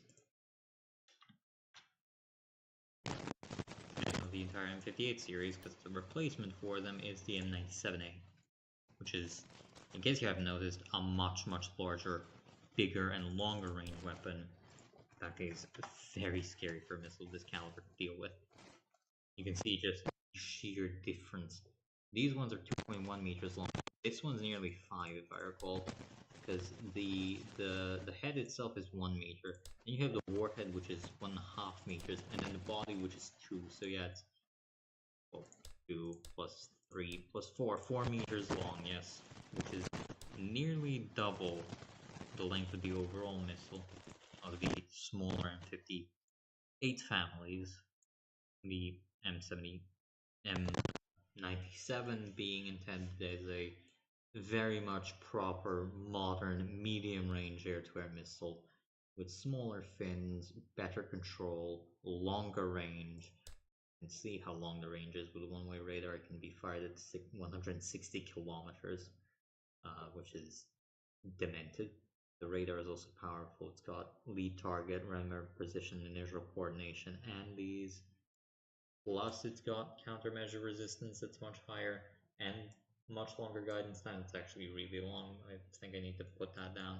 And it's got lofting guidance. That will intentionally try to loft the missile. And it's very scary, and it's very large, and the warhead's a lot larger, and you can actually see the proximity fusel, so much bigger on it. I'm not sure how it would actually fare in a fight, but you know, it's fine. Actually, maneuverability wise, it's not a big improvement. It's actually a decrease. It's the same as the M76 series, but you know, who cares? That's if you work. It's very powerful, anyways. And then you have further modifications of the M97 into the M97B, which is the bigger variant, which is the IR variant of the M97A. The self-explanatory, I think. It's very similar kinematically. I think it's identical. It's not identical. It's yes, this is the clipped wing version of the M97. I remember now. Yeah, this is the clipped wing version with some more maneuverability improvements because I think I made the. No, you can still pull 40. I don't know why it's more maneuverable. I guess maybe it uses like roll guidance. I don't know. Oh fucking no, bro. You could see the radar is twice as powerful, which probably wouldn't do well to the battery life, but apparently it's fine. Two-way data link capability as well, so this is very much A120D territory, probably entering service sometime in the early 2000s. Interestingly, no home on jam feature, which you would expect of a missile of this caliber at this time. Lofting descent, yeah, the descent rate is the same, I think.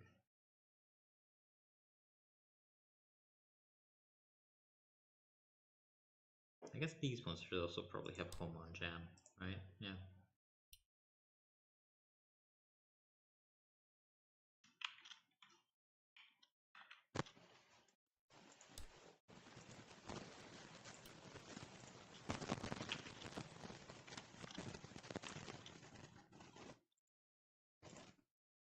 Please don't tell me I saved the fucking 97A. Yep, I saved those 2 missiles. Motherfuck.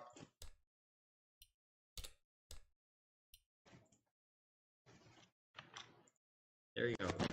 That's the missile now. Okay. The M97B, yes. The M97A, yes.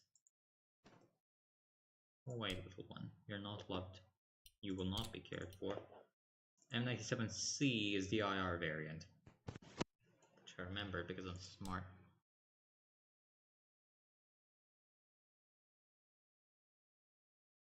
that's the wrong C model.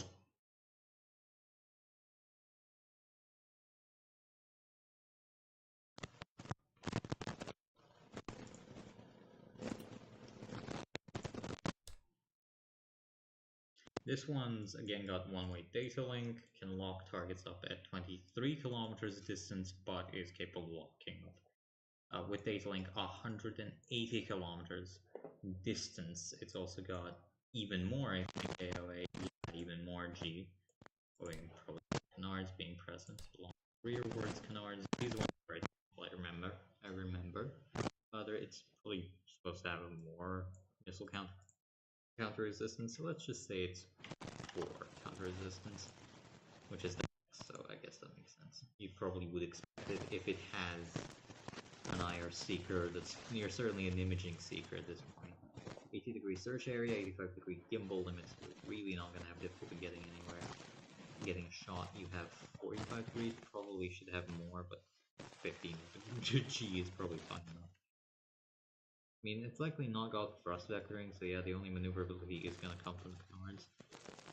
Again, internal carriage weapon, very much with those cut wings. Boss time's also very long. Lead target lock on after launch. Remember, position lead target because it can. It's an IR missile within fast enough. Probably should be able to lead target, come to think of it. Because yeah, it's an IR missile, but probably should be able to lead a target because it is an IR missile. Well, I guess no, it's a one-way data link channel, so it can't. If it was a two-way data link, then sure, yeah, why not? Initial coordinates, lock on after launch, and remember position, because it does again have the ability to be fed radar information. Right, so I have a two-way data link on the B model, but apparently the A is a downgrade in data link capability. Interesting choice. Anyway, yes, that's the model. Very good, very strong missile. Like it a lot.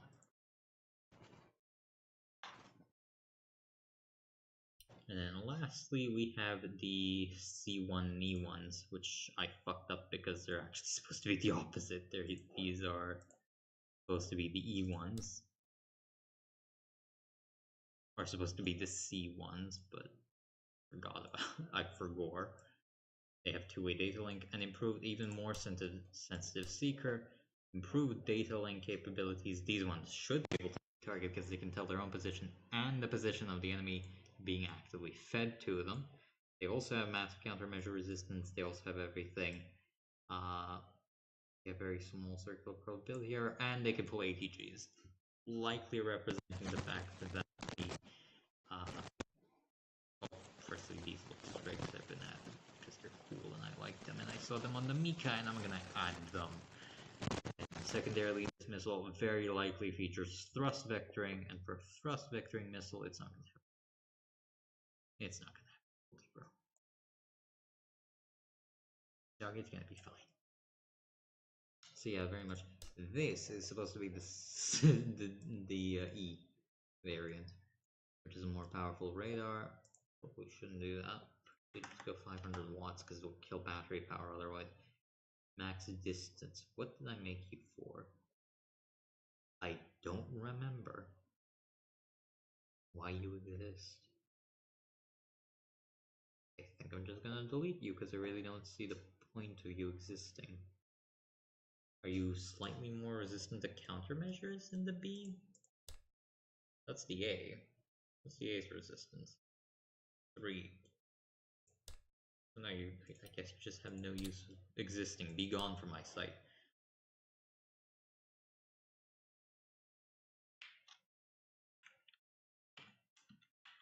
So you want to be an upgraded version of the base C model, which we will quickly save as the C1. And then the E model can be a radar guided variant of the C. You know what? I think I could actually make it better because home on jam. Yeah, none of these radar missiles have a home on jam features, right? Active radar home on jam. Yes, I'm very smart. Radar power apparently wants to again put it at 23 kilometers. I guess I'll do. It's 90 degrees. Why is it set to 90 degree search angle and gimbal limit? I guess it may as well. It's a solid. Yeah, it's a solid one. Why wouldn't it? Simple radar power frequency max distance probably should be increased to 100, and let's add it to 200 kilometers. Just to add a little bit of salt to the wound. That's 200. That's 200. Initial coordinates, home on jam features, AGMs, countermeasure resistance is infinite, likely because they use all those advanced guidance techniques. 320 for the battery, because fuck you. 80 degrees missile maneuverability, because it does use the same body as the E one, as the C. This doesn't clip, does it? It does, very slightly. 19 now, fuck you. Very slight difference. Very slight difference. I don't think there is a difference anymore. Oh, it clips now. That's cool. I think it's not going to be necessarily viewable. Nearly 200 kilos. It's a lot heavier than the base variants. Two-way data link, advanced. Honestly, you could probably have a dual mode seeker. Yeah, you know what? That's going to be the M97. Hopefully, it didn't overwrite the C1. The M97E. 7E. And save that as the M97E. And then we can do the E1, which is an even improved variant that probably has a dual mode seeker with active radar homing plus IR, likely.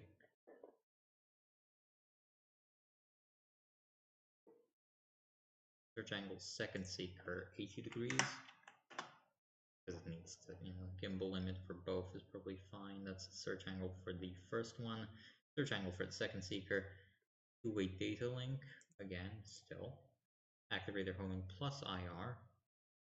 Kind of looks a bit fucked up, but I think they superimposed an IR seeker head on the base one. I don't remember there being this many, by the way, but I like it anyways. There's a terminal guidance weapon for the... I honestly think this should probably be a different model a year at this point. Different model name. Distance second seeker. I mean, it's a modern high fidelity seeker. It should probably be 30 kilometers. Home on jam, abso-fucking-lutely. That's the second seeker's distance is 30. The first seeker's is 23, so it's still relatively, so you can actually use in the terminal. It's probably going to switch over to IR, which is even better than this thing. 20 max frequency radio hopping near certainly. Home on jam features are absolutely going to be added because it's a modern missile. Coordinates, lost time, probably again 15 seconds, that's fine. Countermeasure resistance, absolutely, it's going to 4. Launch delay, 320-second guidance. Roll rate, you know what? Fuck it, 100. It's got an improved body, it's got improved everything, it's got random bullshit, probably, maybe. This motor is probably still using the same thrust curve. Yes, it's got 10 seconds of lift. Fuck. I mean, at this point, when you're having missiles this advanced, you probably should be using dual pulse seekers. Dual pulse motors, rather, if I could fucking speak. Continuous rod warhead, effective range 70 kilometers, 12 kilometers fuse, that's all fine. Certainly it's going to be able to hit the target anyways. Yeah, you know what? Dual pulse motor, really prerequisite for a modern missile of this kind, so we're going to give it a dual pulse fucking motor. You, 1 meter. You're the terminal guidance. I guess. Fuck you. Fuck you. Fuck you. Fuck you, Gordon Freeman. Fuck you.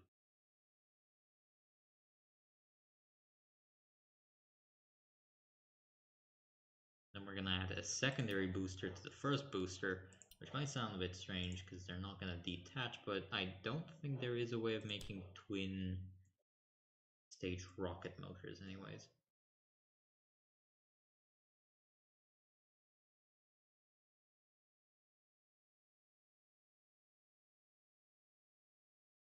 .5, that's probably fair enough.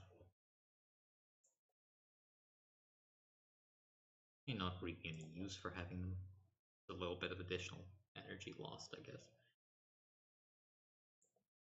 We're gonna do another rocket motor on you, which is gonna go like that.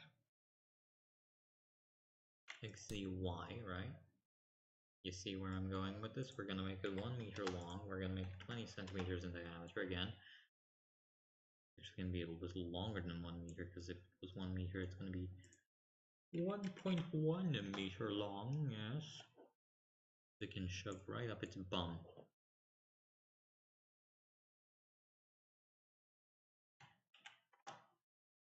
That would be preferable, right? Because at that point it wouldn't be visible.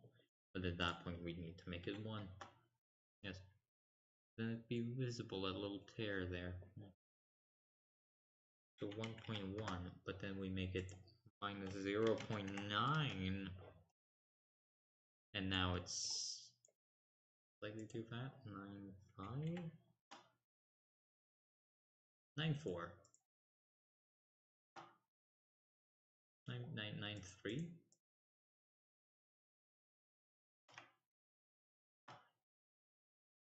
9.3.5.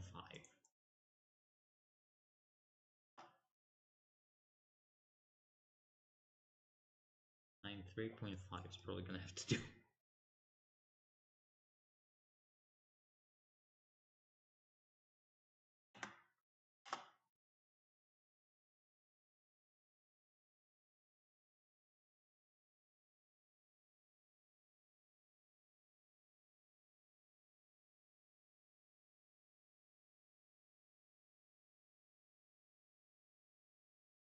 "30 seconds, yay. That's gonna be fine. 30-second burn time. Why not?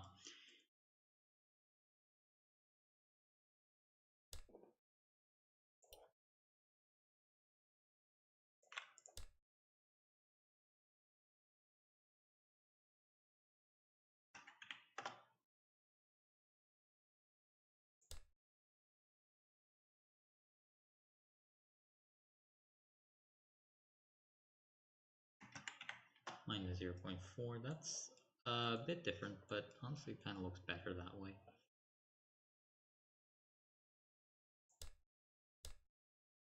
We need to go with 2 separate guidance stages at this point. Where is that? Where do I set that again? Stage count 2.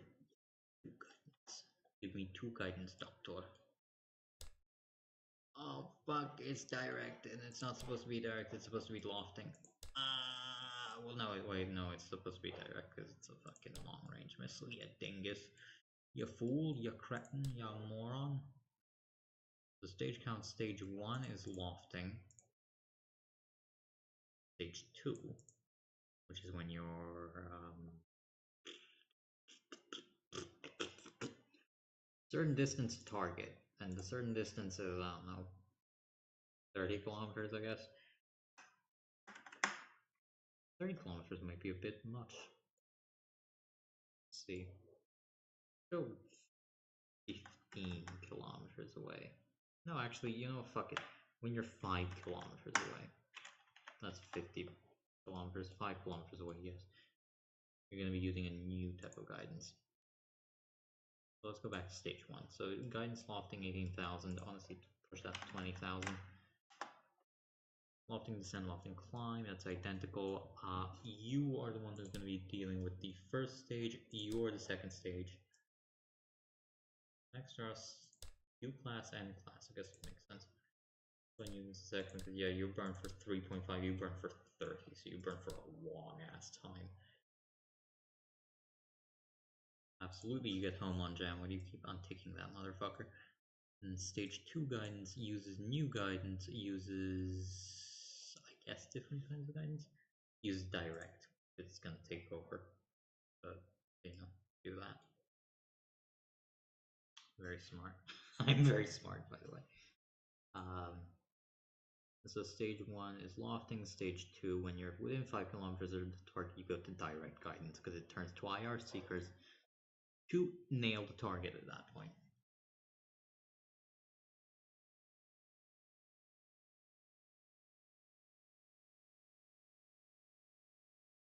Yes, and you definitely need to be renamed to the M97D, which is probably what you would expect to be called. Did I put a second rocket motor in it? No, because these are supposed to be 200 kilo. And then M97D, which is also fast variant apparently. Cool. Very cool. Very, very cool, man. I'm now starting to think, did I do a fucky wucky here? EE1. E1, what the fuck is an E1? An E1 is this one, which is an E, which is not supposed to be there. So the E, ABC, the M97E, what did I do? Oh, there was an older D model that I overwrote, didn't I? There's the C1, right? And there's the E model, which is different and supposed to be less advanced than the D. And you have the E1, yeah. Or maybe not. Maybe I'm just insane. Maybe I'm just insane in the membrane. But yeah, the D is definitely way too advanced. I feel like there was a D model that I deleted now, which is probably not good.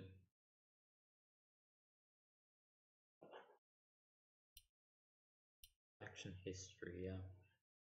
Move part, home on jam, move part, M97.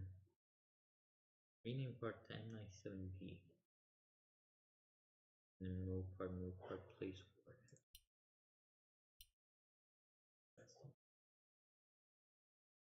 You what?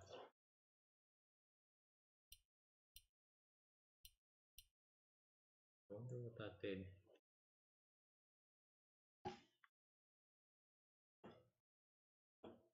Rename, aha, there we are. That's the M97D. What did I rename it to?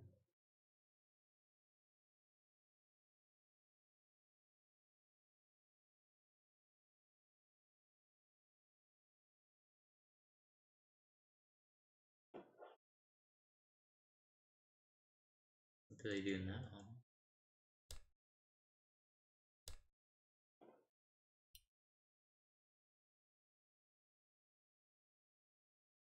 Which is different than the U1.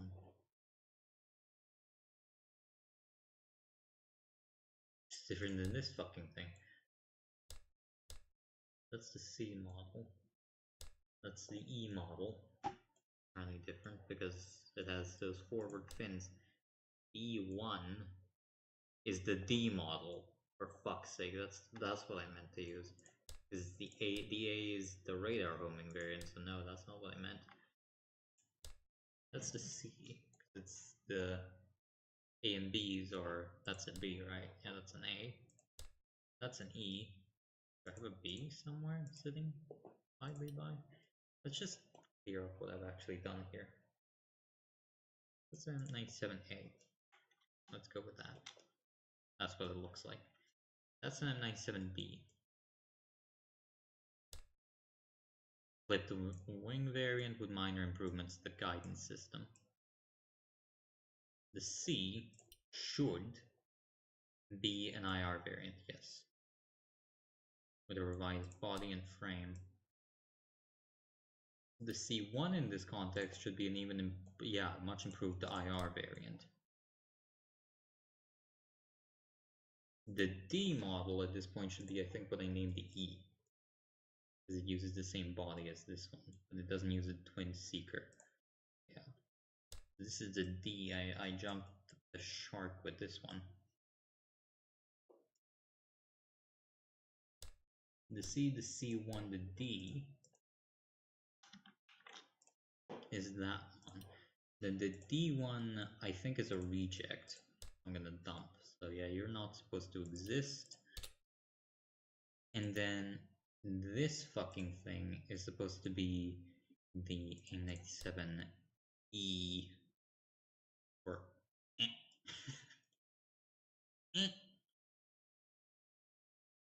yes, so let's rename M97A, M97B, M97C, M97C1, M97D, and M97D.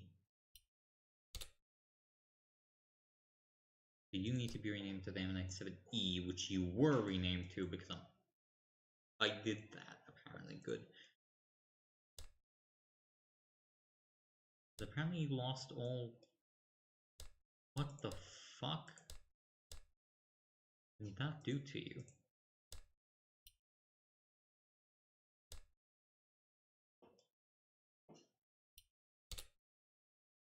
What the fuck is going on? But the M97D, the base one, the one with the improved seeker, that's different. Does that use normal guidance? It does, but it didn't save the fucking home on jam, bitch. Saved everything else though, so did it save the twin burners? Please tell me it saved the twin burners. Yes, it did.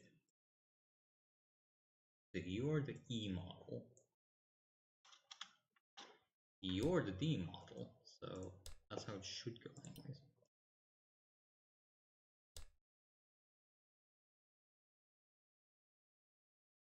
Dear God, this has gone very confusing.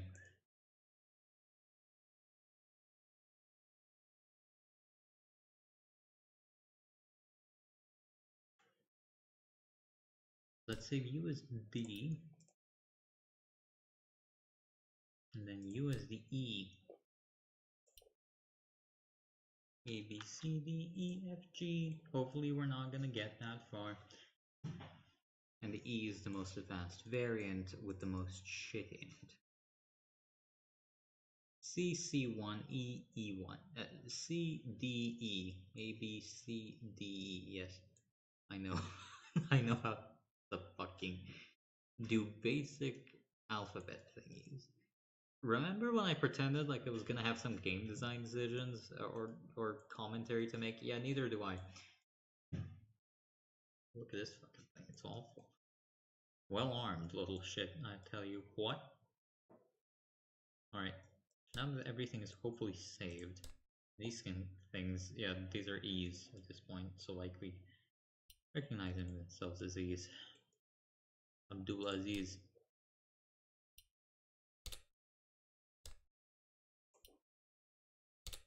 The beast has been slain.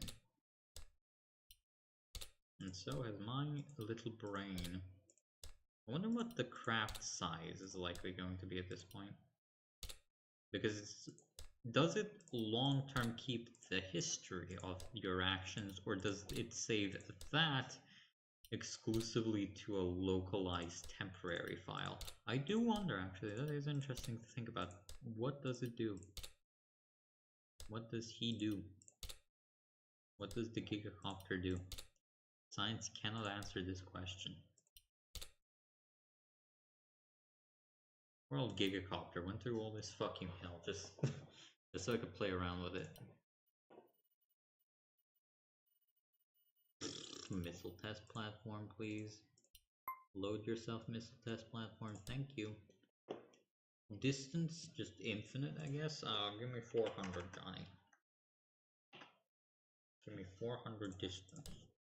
I guess that works. Because the power is 6 kilometers. That's not that big. That's not big at all. You know what? Fuck it. We're doing 200.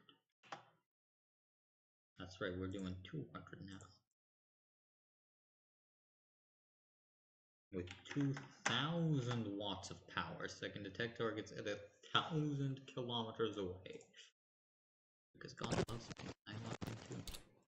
Let's get rid of D, because they're obsolete at this point, I think. Yeah, because he's used the longer, incorrect warhead. Unlike my correct warhead.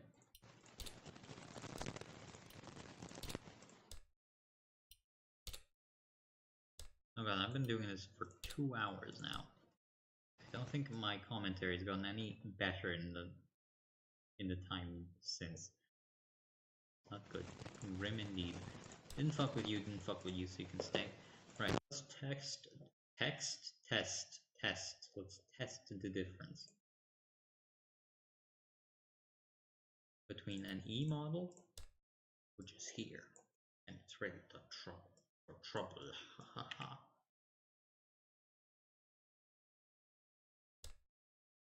You have, what's your gimbal? Yeah, 180, so you see everything.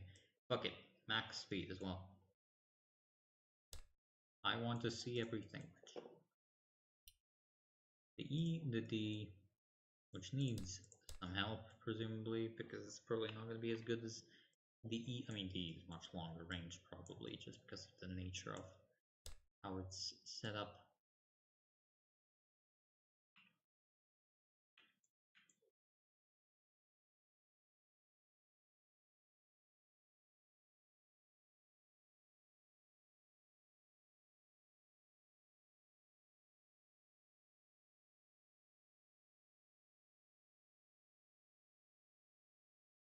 So the difference between the D and the E model in flight, probably not that big. Oh, the E might be slightly shorter. No. No. No, it is. It is.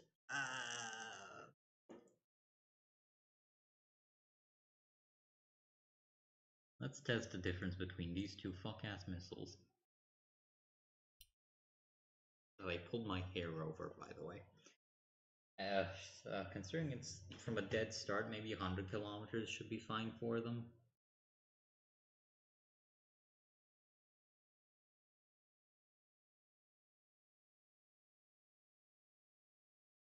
Yes, I intended to go into this entire rant where I talked about the possible prospects for adding a narrative campaign to the game as a way of dealing with the fact that something, my brain doesn't really work much these days.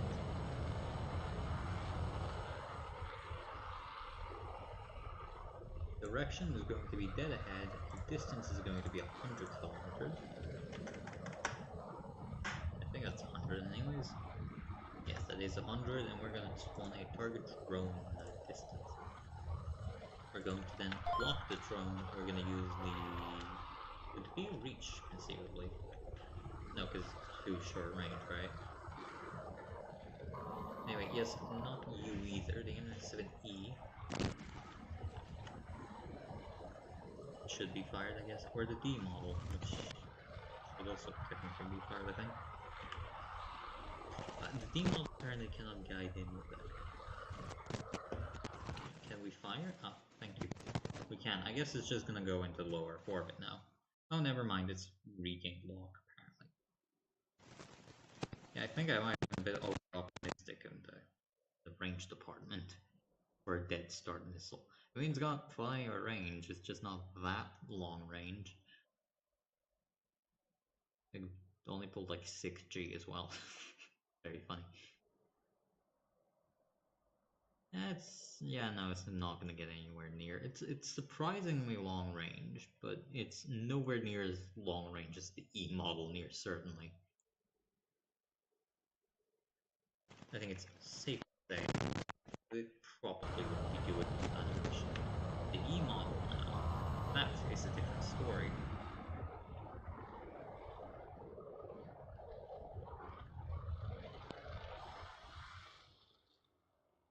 Because it's going to have a much longer burning booster. If I set it up correctly, which I may well not have. I don't think I set it up correctly. I might cry now. It was supposed to burn for 31 fucking seconds. What are you burning for now, bitch?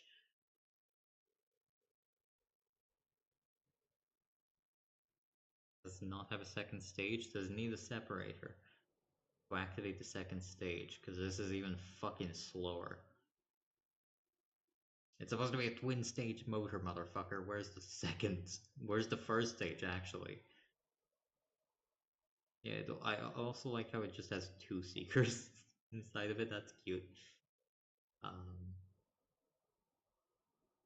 Motherfucker. Really isn't gonna get anywhere, eh? Unfortunate. What about this one? Target drone. The fire bee. Yeah, unfortunately, this thing, as good as it is, not gonna get anywhere near. It's accelerating away from it. Julie knows that apparently these don't work that well. Why don't you work that well when you're supposed to be the first stage and you're supposed to be the second stage? Or good is that's sure a question. I'm not quite sure the game's willing to answer.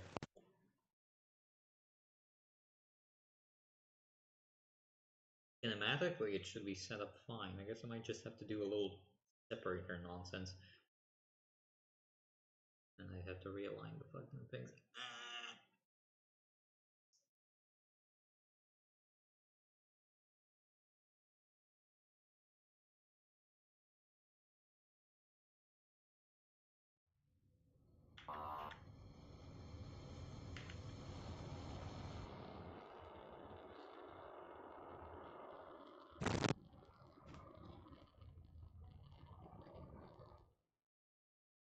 Nope. It burns for some arbitrary amount of time and then it shits itself, apparently.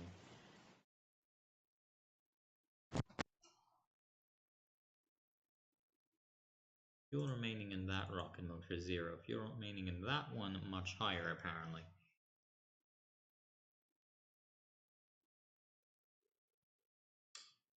Isn't that interesting? It's only got 9 seconds of burn time.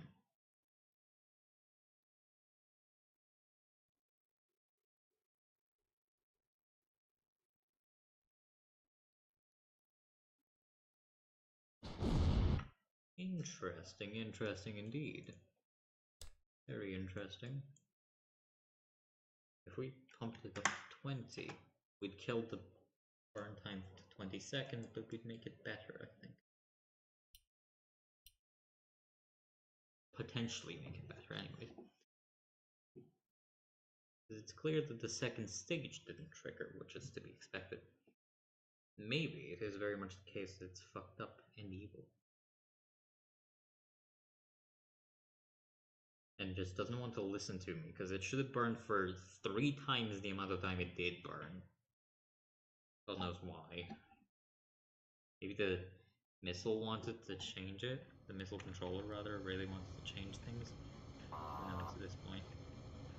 I think kinematically the fucking bee is probably, this thing is probably similar performance-ish to the... What rocket motor are you working with? You didn't separate, did you now? Yes, you didn't separate. That part's supposed to separate in case it's not obvious enough. Don't know why it didn't. You can even see the little separator ring on it. Guess we're going to lower orbit now. Cool. Cool, very cool, yeah. Yeah, it's done that weird thing where it's gonna keep accelerating, I think. No, these missiles are indeed a wonderfully strange choice. No, it blew up. Then the E should be fired and hopefully it should work, maybe. You got even less burn time now. Okay, somebody is lying to somebody else, and I'm not quite sure who it is. Because ain't no way that's supposed to be working like that.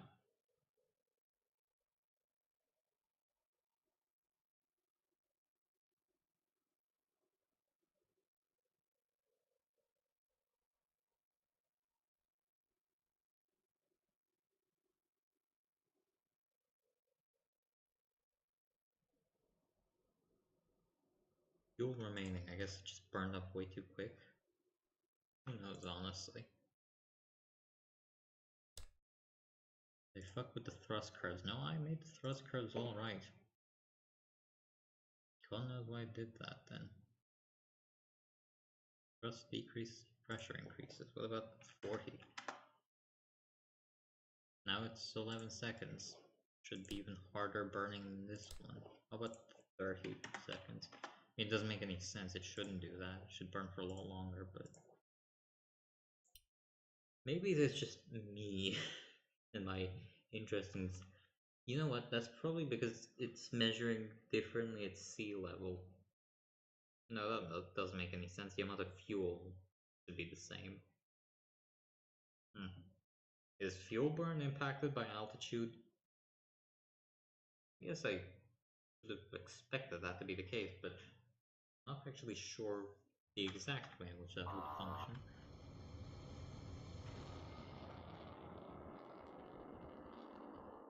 Okay, so that one burnt even less. Burnt 3 seconds, which makes sense because it's the same fucking size as this one.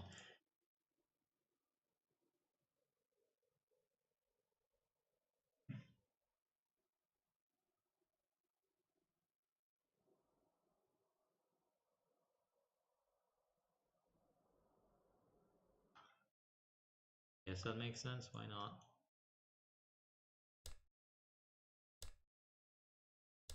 So you're telling me that the base one was okay, and I'm just stupid then. Good, yeah. Nice. I'm happy to hear that. Yeah, 36 seconds up. Maybe if we spawned in lower orbit it would work? Maybe? Why don't we try that?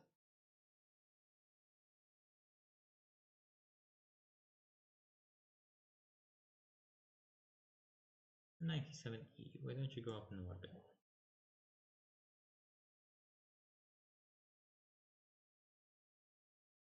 Let's just put you like 3 kilometers up maybe. There you go, let's go. Let's go with 3 kilometers up, that's normal. And we're gonna give you a 15-degree con. Who knows where that thing fucking went. Maybe we can see it at the bottom. No, it's gone. It's completely gone. Fly free, brother, fly free. Oh, it's minus 30, so it's actually angling down currently.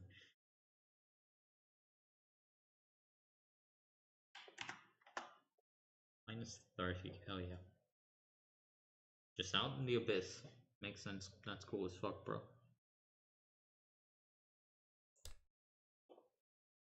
We have to go back to you, wherever you are. There you are. We have to get you to 3 kilometers as well.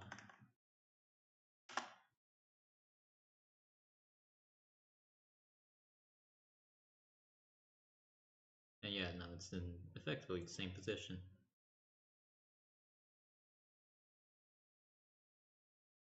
Let's go and test it now.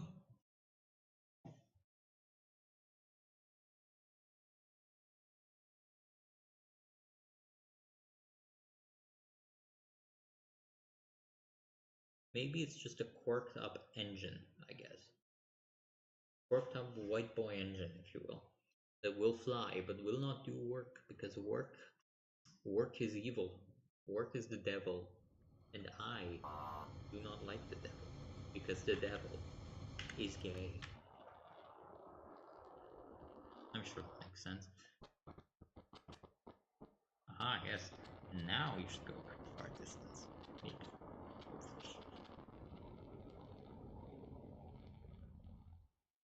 Your rocket motor burned for 15 seconds, which is good because that's how long it should burn. You got up to Mach 2 during that time, and I guess you're gonna fall to the ground now. About 20 kilometers above the surface. Above the surface. Keep in mind, this is again from a dead start, so the actual kinematic performance of the missile should be much better. Also, it's producing a vast amount of lift forwards, which I'm not sure that's how that works.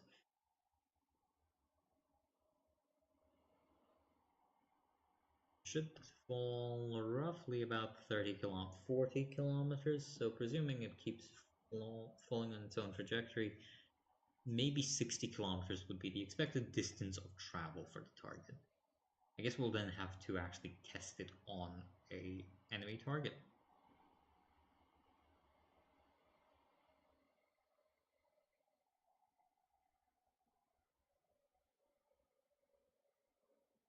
Oh no, it's only going to reach about 50 kilometers now.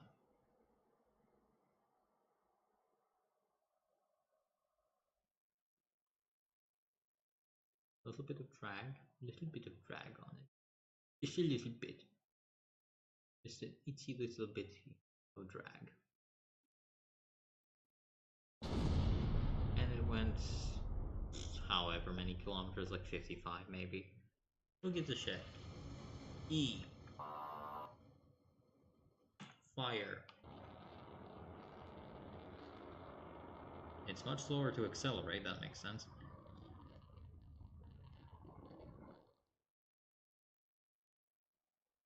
burn for 9.4 seconds, which is different. And this motor still has those still has all its fuel remaining, so actually it's worse kinematically off than just the base models, the C's, which is interesting to think about. Or rather the D's, probably, because this is the E. E for gamer. And yeah, this thing is not going to get anywhere near as far. But in probable real flight conditions, it might do better because it would have more energy. Plus, you know, I'm going to give the excuse that it's an IR missile, so it's fine if it's shorter range. But yeah, this thing went about half the distance, well actually less than half the distance of the base missile test platform. It's unfortunate. Then you have to deal with the possibility of the M64s, which are very big boy missiles, so you know, reasonably would have a long flight time.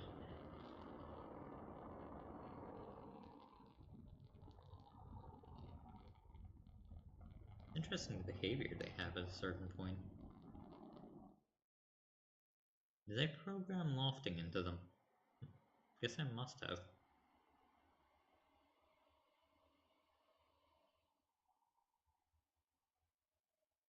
Yeah, that base booster is supposed to fall off, by the way. I don't know why it's not doing that.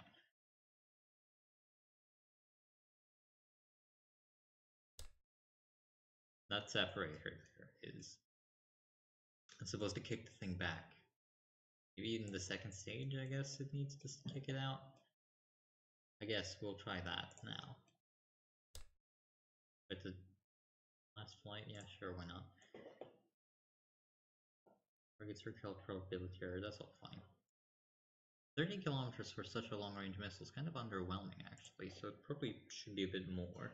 Especially because this is the ground launch variant, it should probably be less concerned about the battery, but yeah, you know what, fine, it's fine at 30.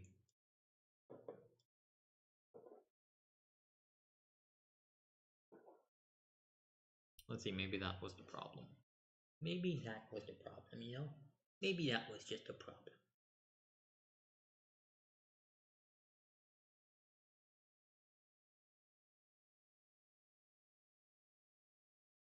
Anyway, as I mentioned about half an hour ago now, yes, the idea that I had for this commentary, and this really isn't a commentary, this just continuous train of thought divulged into a barely cognizant, barely sensible soup of words.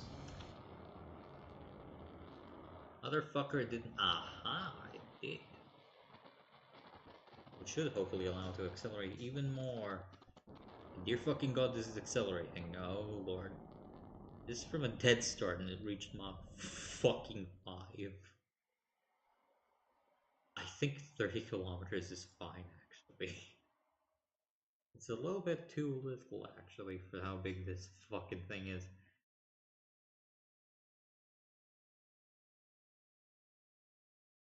Keep in mind, it's only apparently got 80 seconds of guidance, which is a bit fucked up. It's already at 25 kilometers up. Jesus. Jesus Christos, as they say. Now, is it gonna do that funny bug where it crosses a certain line and just keeps going into orbit? Unfortunately, it doesn't seem to be.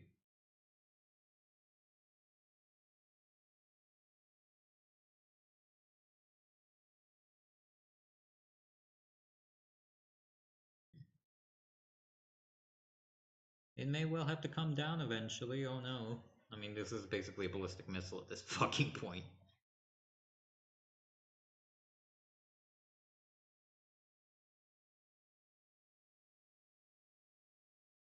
I'm not sure this is entirely historically accurate, but, you know, I'm not complaining.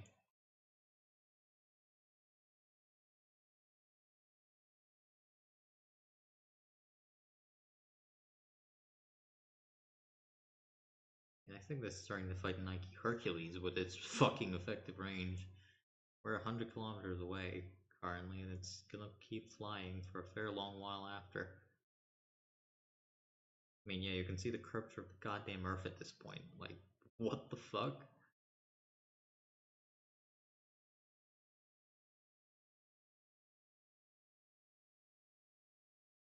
It's like how the clipping distance is set to like 100 kilometers specifically.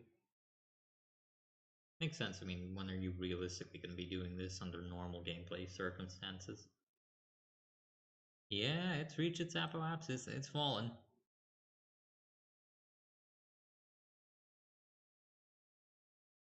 Jesus. This is a hell of a long shot, you know?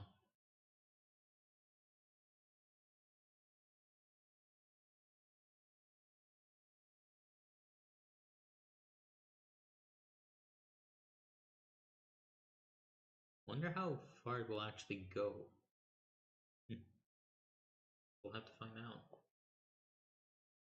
Wonder at what speed it will come down, actually. Presumably a very high one, considering, you know, it's already at Mach 2. Then again, aerodynamic forces might start having more of a strong effect on it, so it might actually decelerate the more it goes down.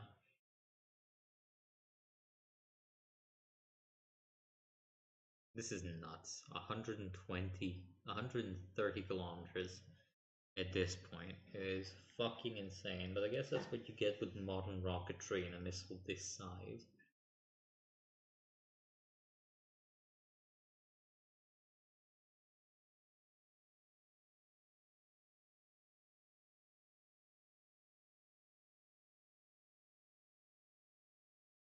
And likely this wasn't even the optimal launch window, because you'd want that to fire it at 45 degrees up to get the most range out of it. Or possibly less, I'm not actually sure. No, it is accelerating. It's going to come down at Mach 2.6. It's been flying for well over the 8... Is that 800 or 80 seconds? I think it's long been dead in the water. But yeah, 100 and... How many? 150 kilometers from the fucking missile is a bit insane, I think. Insane in the membrane, even.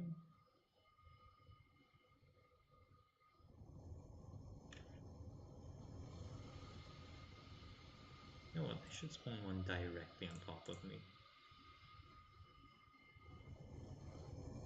Did I spawn one? No, it didn't, apparently.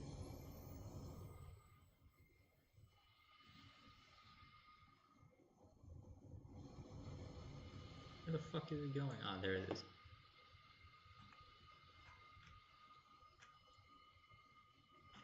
I guess it's not quite capable of guiding in there. I guess not quite capable of getting in any of them? Question mark? Aha, there we go.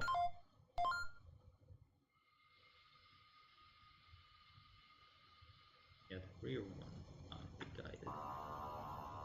Can the micro interceptor be fired at these ranges, I wonder? No, smash the fucking ground.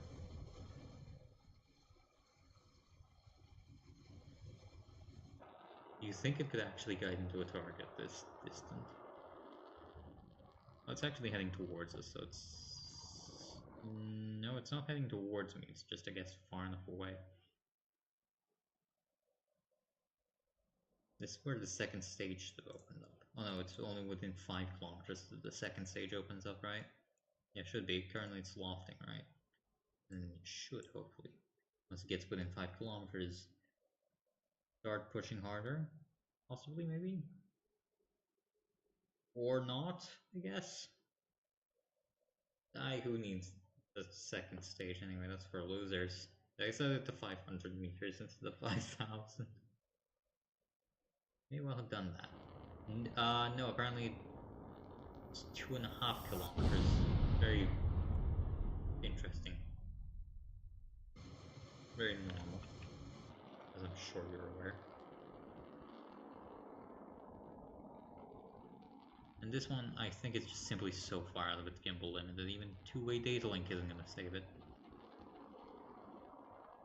Interesting. So interesting how the E immediately tracked on, but this one didn't. And interesting how immediately further away this one is.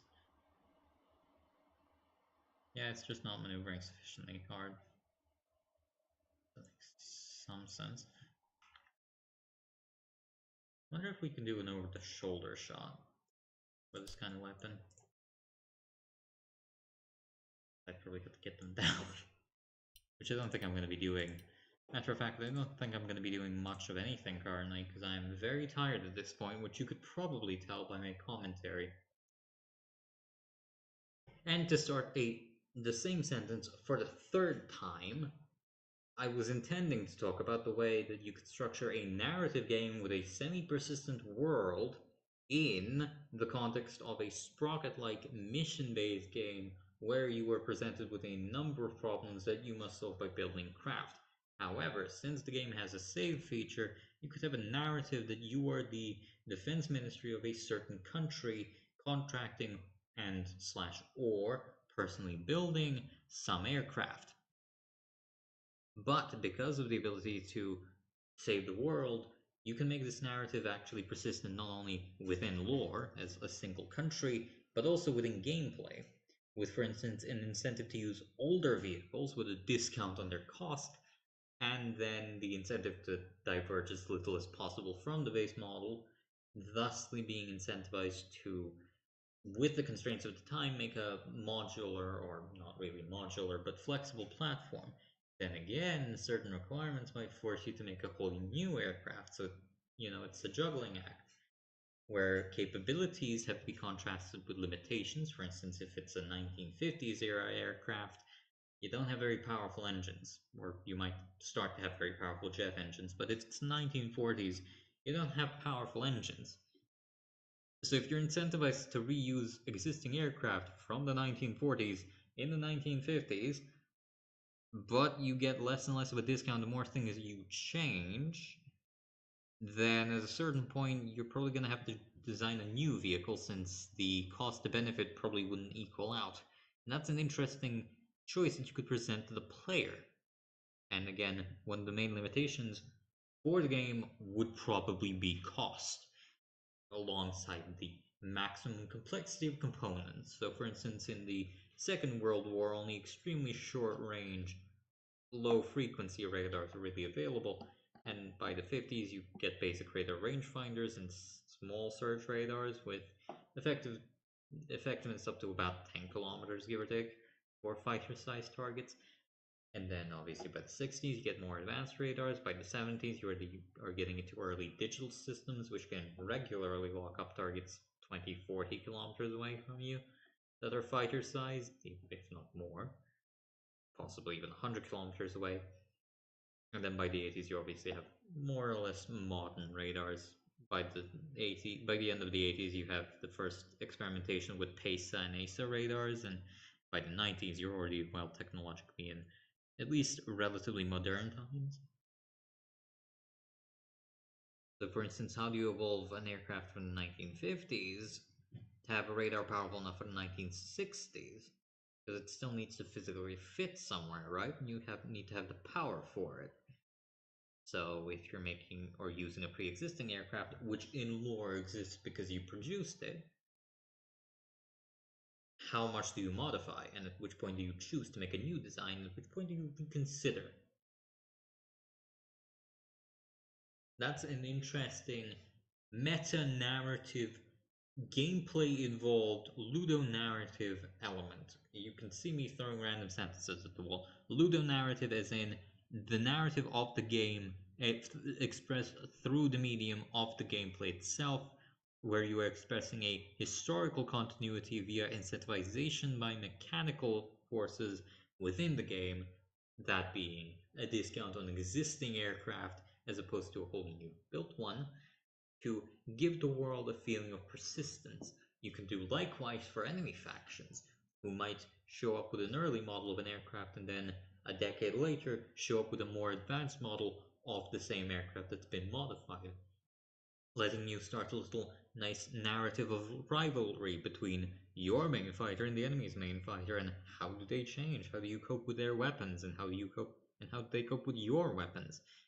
Well, coping with your weapons probably not gonna be coping anything, because realistically speaking, programming an AI that adapts to what the player does in a game as open-ended as this would be a nigh on impossible task. But certainly you can adopt certain tactics against the enemies. For instance, the enemy might come against you with a powerful long-range missile that you have to counter, and then in the next decade They might throw an anti radiation missile that's still capable of hitting a moving aircraft. Stuff like that. And there's really a lot of open ended possibilities for missions because you could have a series of wars or just training exercises or theoretical tests. You can make hundreds upon hundreds of different variations of missions with the same context of a single persistent world. And you can make a narrative out of that with characters. So maybe your character is the head of a design bureau in your country, and the story follows their acts through definitely not the Second World War into definitely not the Cold War, where you are contracted to make your country's air force great. And there might be, for instance, in the World War II missions, a point in which your country in the narrative gets occupied by a hostile power who may or may not be your long term rival, or may just disappear as a Germany analog. And then you are forced to make a modification of their aircraft for your newly built industry. So that you effectively have to use enemy aircraft to defeat enemy aircraft, or you could use, for instance, a Cold War design and have to make it into something relatively modern because your country inherited a large stockpile of older systems that it now is attempting to modify and modernize. So that you don't have a choice whether you want to build something new, you have to build within a tight monetary constraint something based off an existing aircraft to meet certain requirements, which could represent, for instance, your nation entering a financial depression and needing to acquire more weapon systems to deal with an aggressive neighbor whilst being on a shoestring budget, which could be an interesting narrative plot point for difficult times in your nation, whilst also being an interesting gameplay scenario because it would put tight limitations on you because you would have to effectively modernize a obsolete airframe. It seems like a good idea in my humble opinion, that probably somewhat misguided. I intended to make that point before I got stuck making missiles for an hour and a half and making a shitty helicopter for the first one. That was what I wanted to say, that this game has immense potential to be an interesting single player game independent of the simple building mechanics, and should the developer have the means to do so, he should genuinely consider adding a kind of persistence to the world which could interweave into a narrative that could thusly provide a lot more interesting scenarios for the game beyond the simple level based approach Sprocket takes. What I'm effectively saying is, what if Ace Combat but you make your own aircraft? Which is interesting because Ace Combat is good, and so can this game be if it is ever developed at that point, which I'm not sure it would, because we're realistically fighting with human lifespans at the current pace of development. But the possibility remains, and I remain optimistic of the possibility of it becoming good eventually, hopefully, maybe, if they decide to follow the advice of a random person on the internet with no real coherent idea of what they actually want, nor of how they want to get it, because certainly it's require a major rework to the game's systems, but much of it's already there. We have the money system, or rather the cost calculated of the aircraft, and we have the age system, and we even have operating costs calculated. Isn't that nice? So we could, for instance, make a low cost attacker that needs to be fuel efficient, or simple cargo and civilian airliner that again needs to be efficient above everything else whilst traveling a certain distance and carrying a certain amount of predetermined cargo. That, for instance, is also of a certain size, so that you have to build a plane around an already existing component, which adds additional mechanical depth whilst also potentially making an interesting narrative element.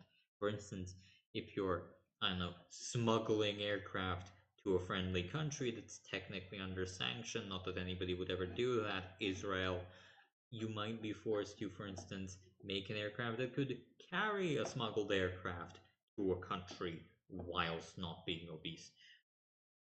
And so you might be basically given an aircraft you can't modify and told to build a plane around that aircraft, and then you would have an option of what you actually want to build. Do you want to build a large body cargo aircraft that's efficient and conventional? Do you want to build a blended wing design that includes the main aircraft as the kind of center point, or rather the transporting aircraft as the center point? Or do you want to make a parasite vehicle that can fly alongside and utilize the aerodynamic surfaces of the transporting aircraft, which should be modeled, to permit you to effectively just extend that aircraft's range. Why not? It's not like it's not a function. Why not? I mean, sure, the engines will work on the aircraft, but if you can give thrust, I mean, it's got wings. Why not make a parasite aircraft that's effectively just a fuel tank and an engine, and then attempt to fly the aircraft that way? It's all interesting, and it all gives interesting possibilities for what you can do and how you can do it, that I think could make a very interesting game should there ever be one made. I am very tired, but you can see in the last 10 minutes that I raffled off what I was actually intending to say for the past 2.5 hours. Anyways, see ya. Sorry for not streaming. Combination of technical difficulties and me just being really unmotivated. I'm back. Maybe, hopefully. That's it. See ya later, alligator. Oh yeah, I'm actually not gonna leave immediately. I actually need to load up my YouTube because I don't like it when there's like a minute of silence when I just do nothing because I ended the Twitch stream, but the YouTube stream is still going, so it kind of looks ugly, especially for. I'm not actually sure it keeps it in the VOD if it's not receiving new stuff.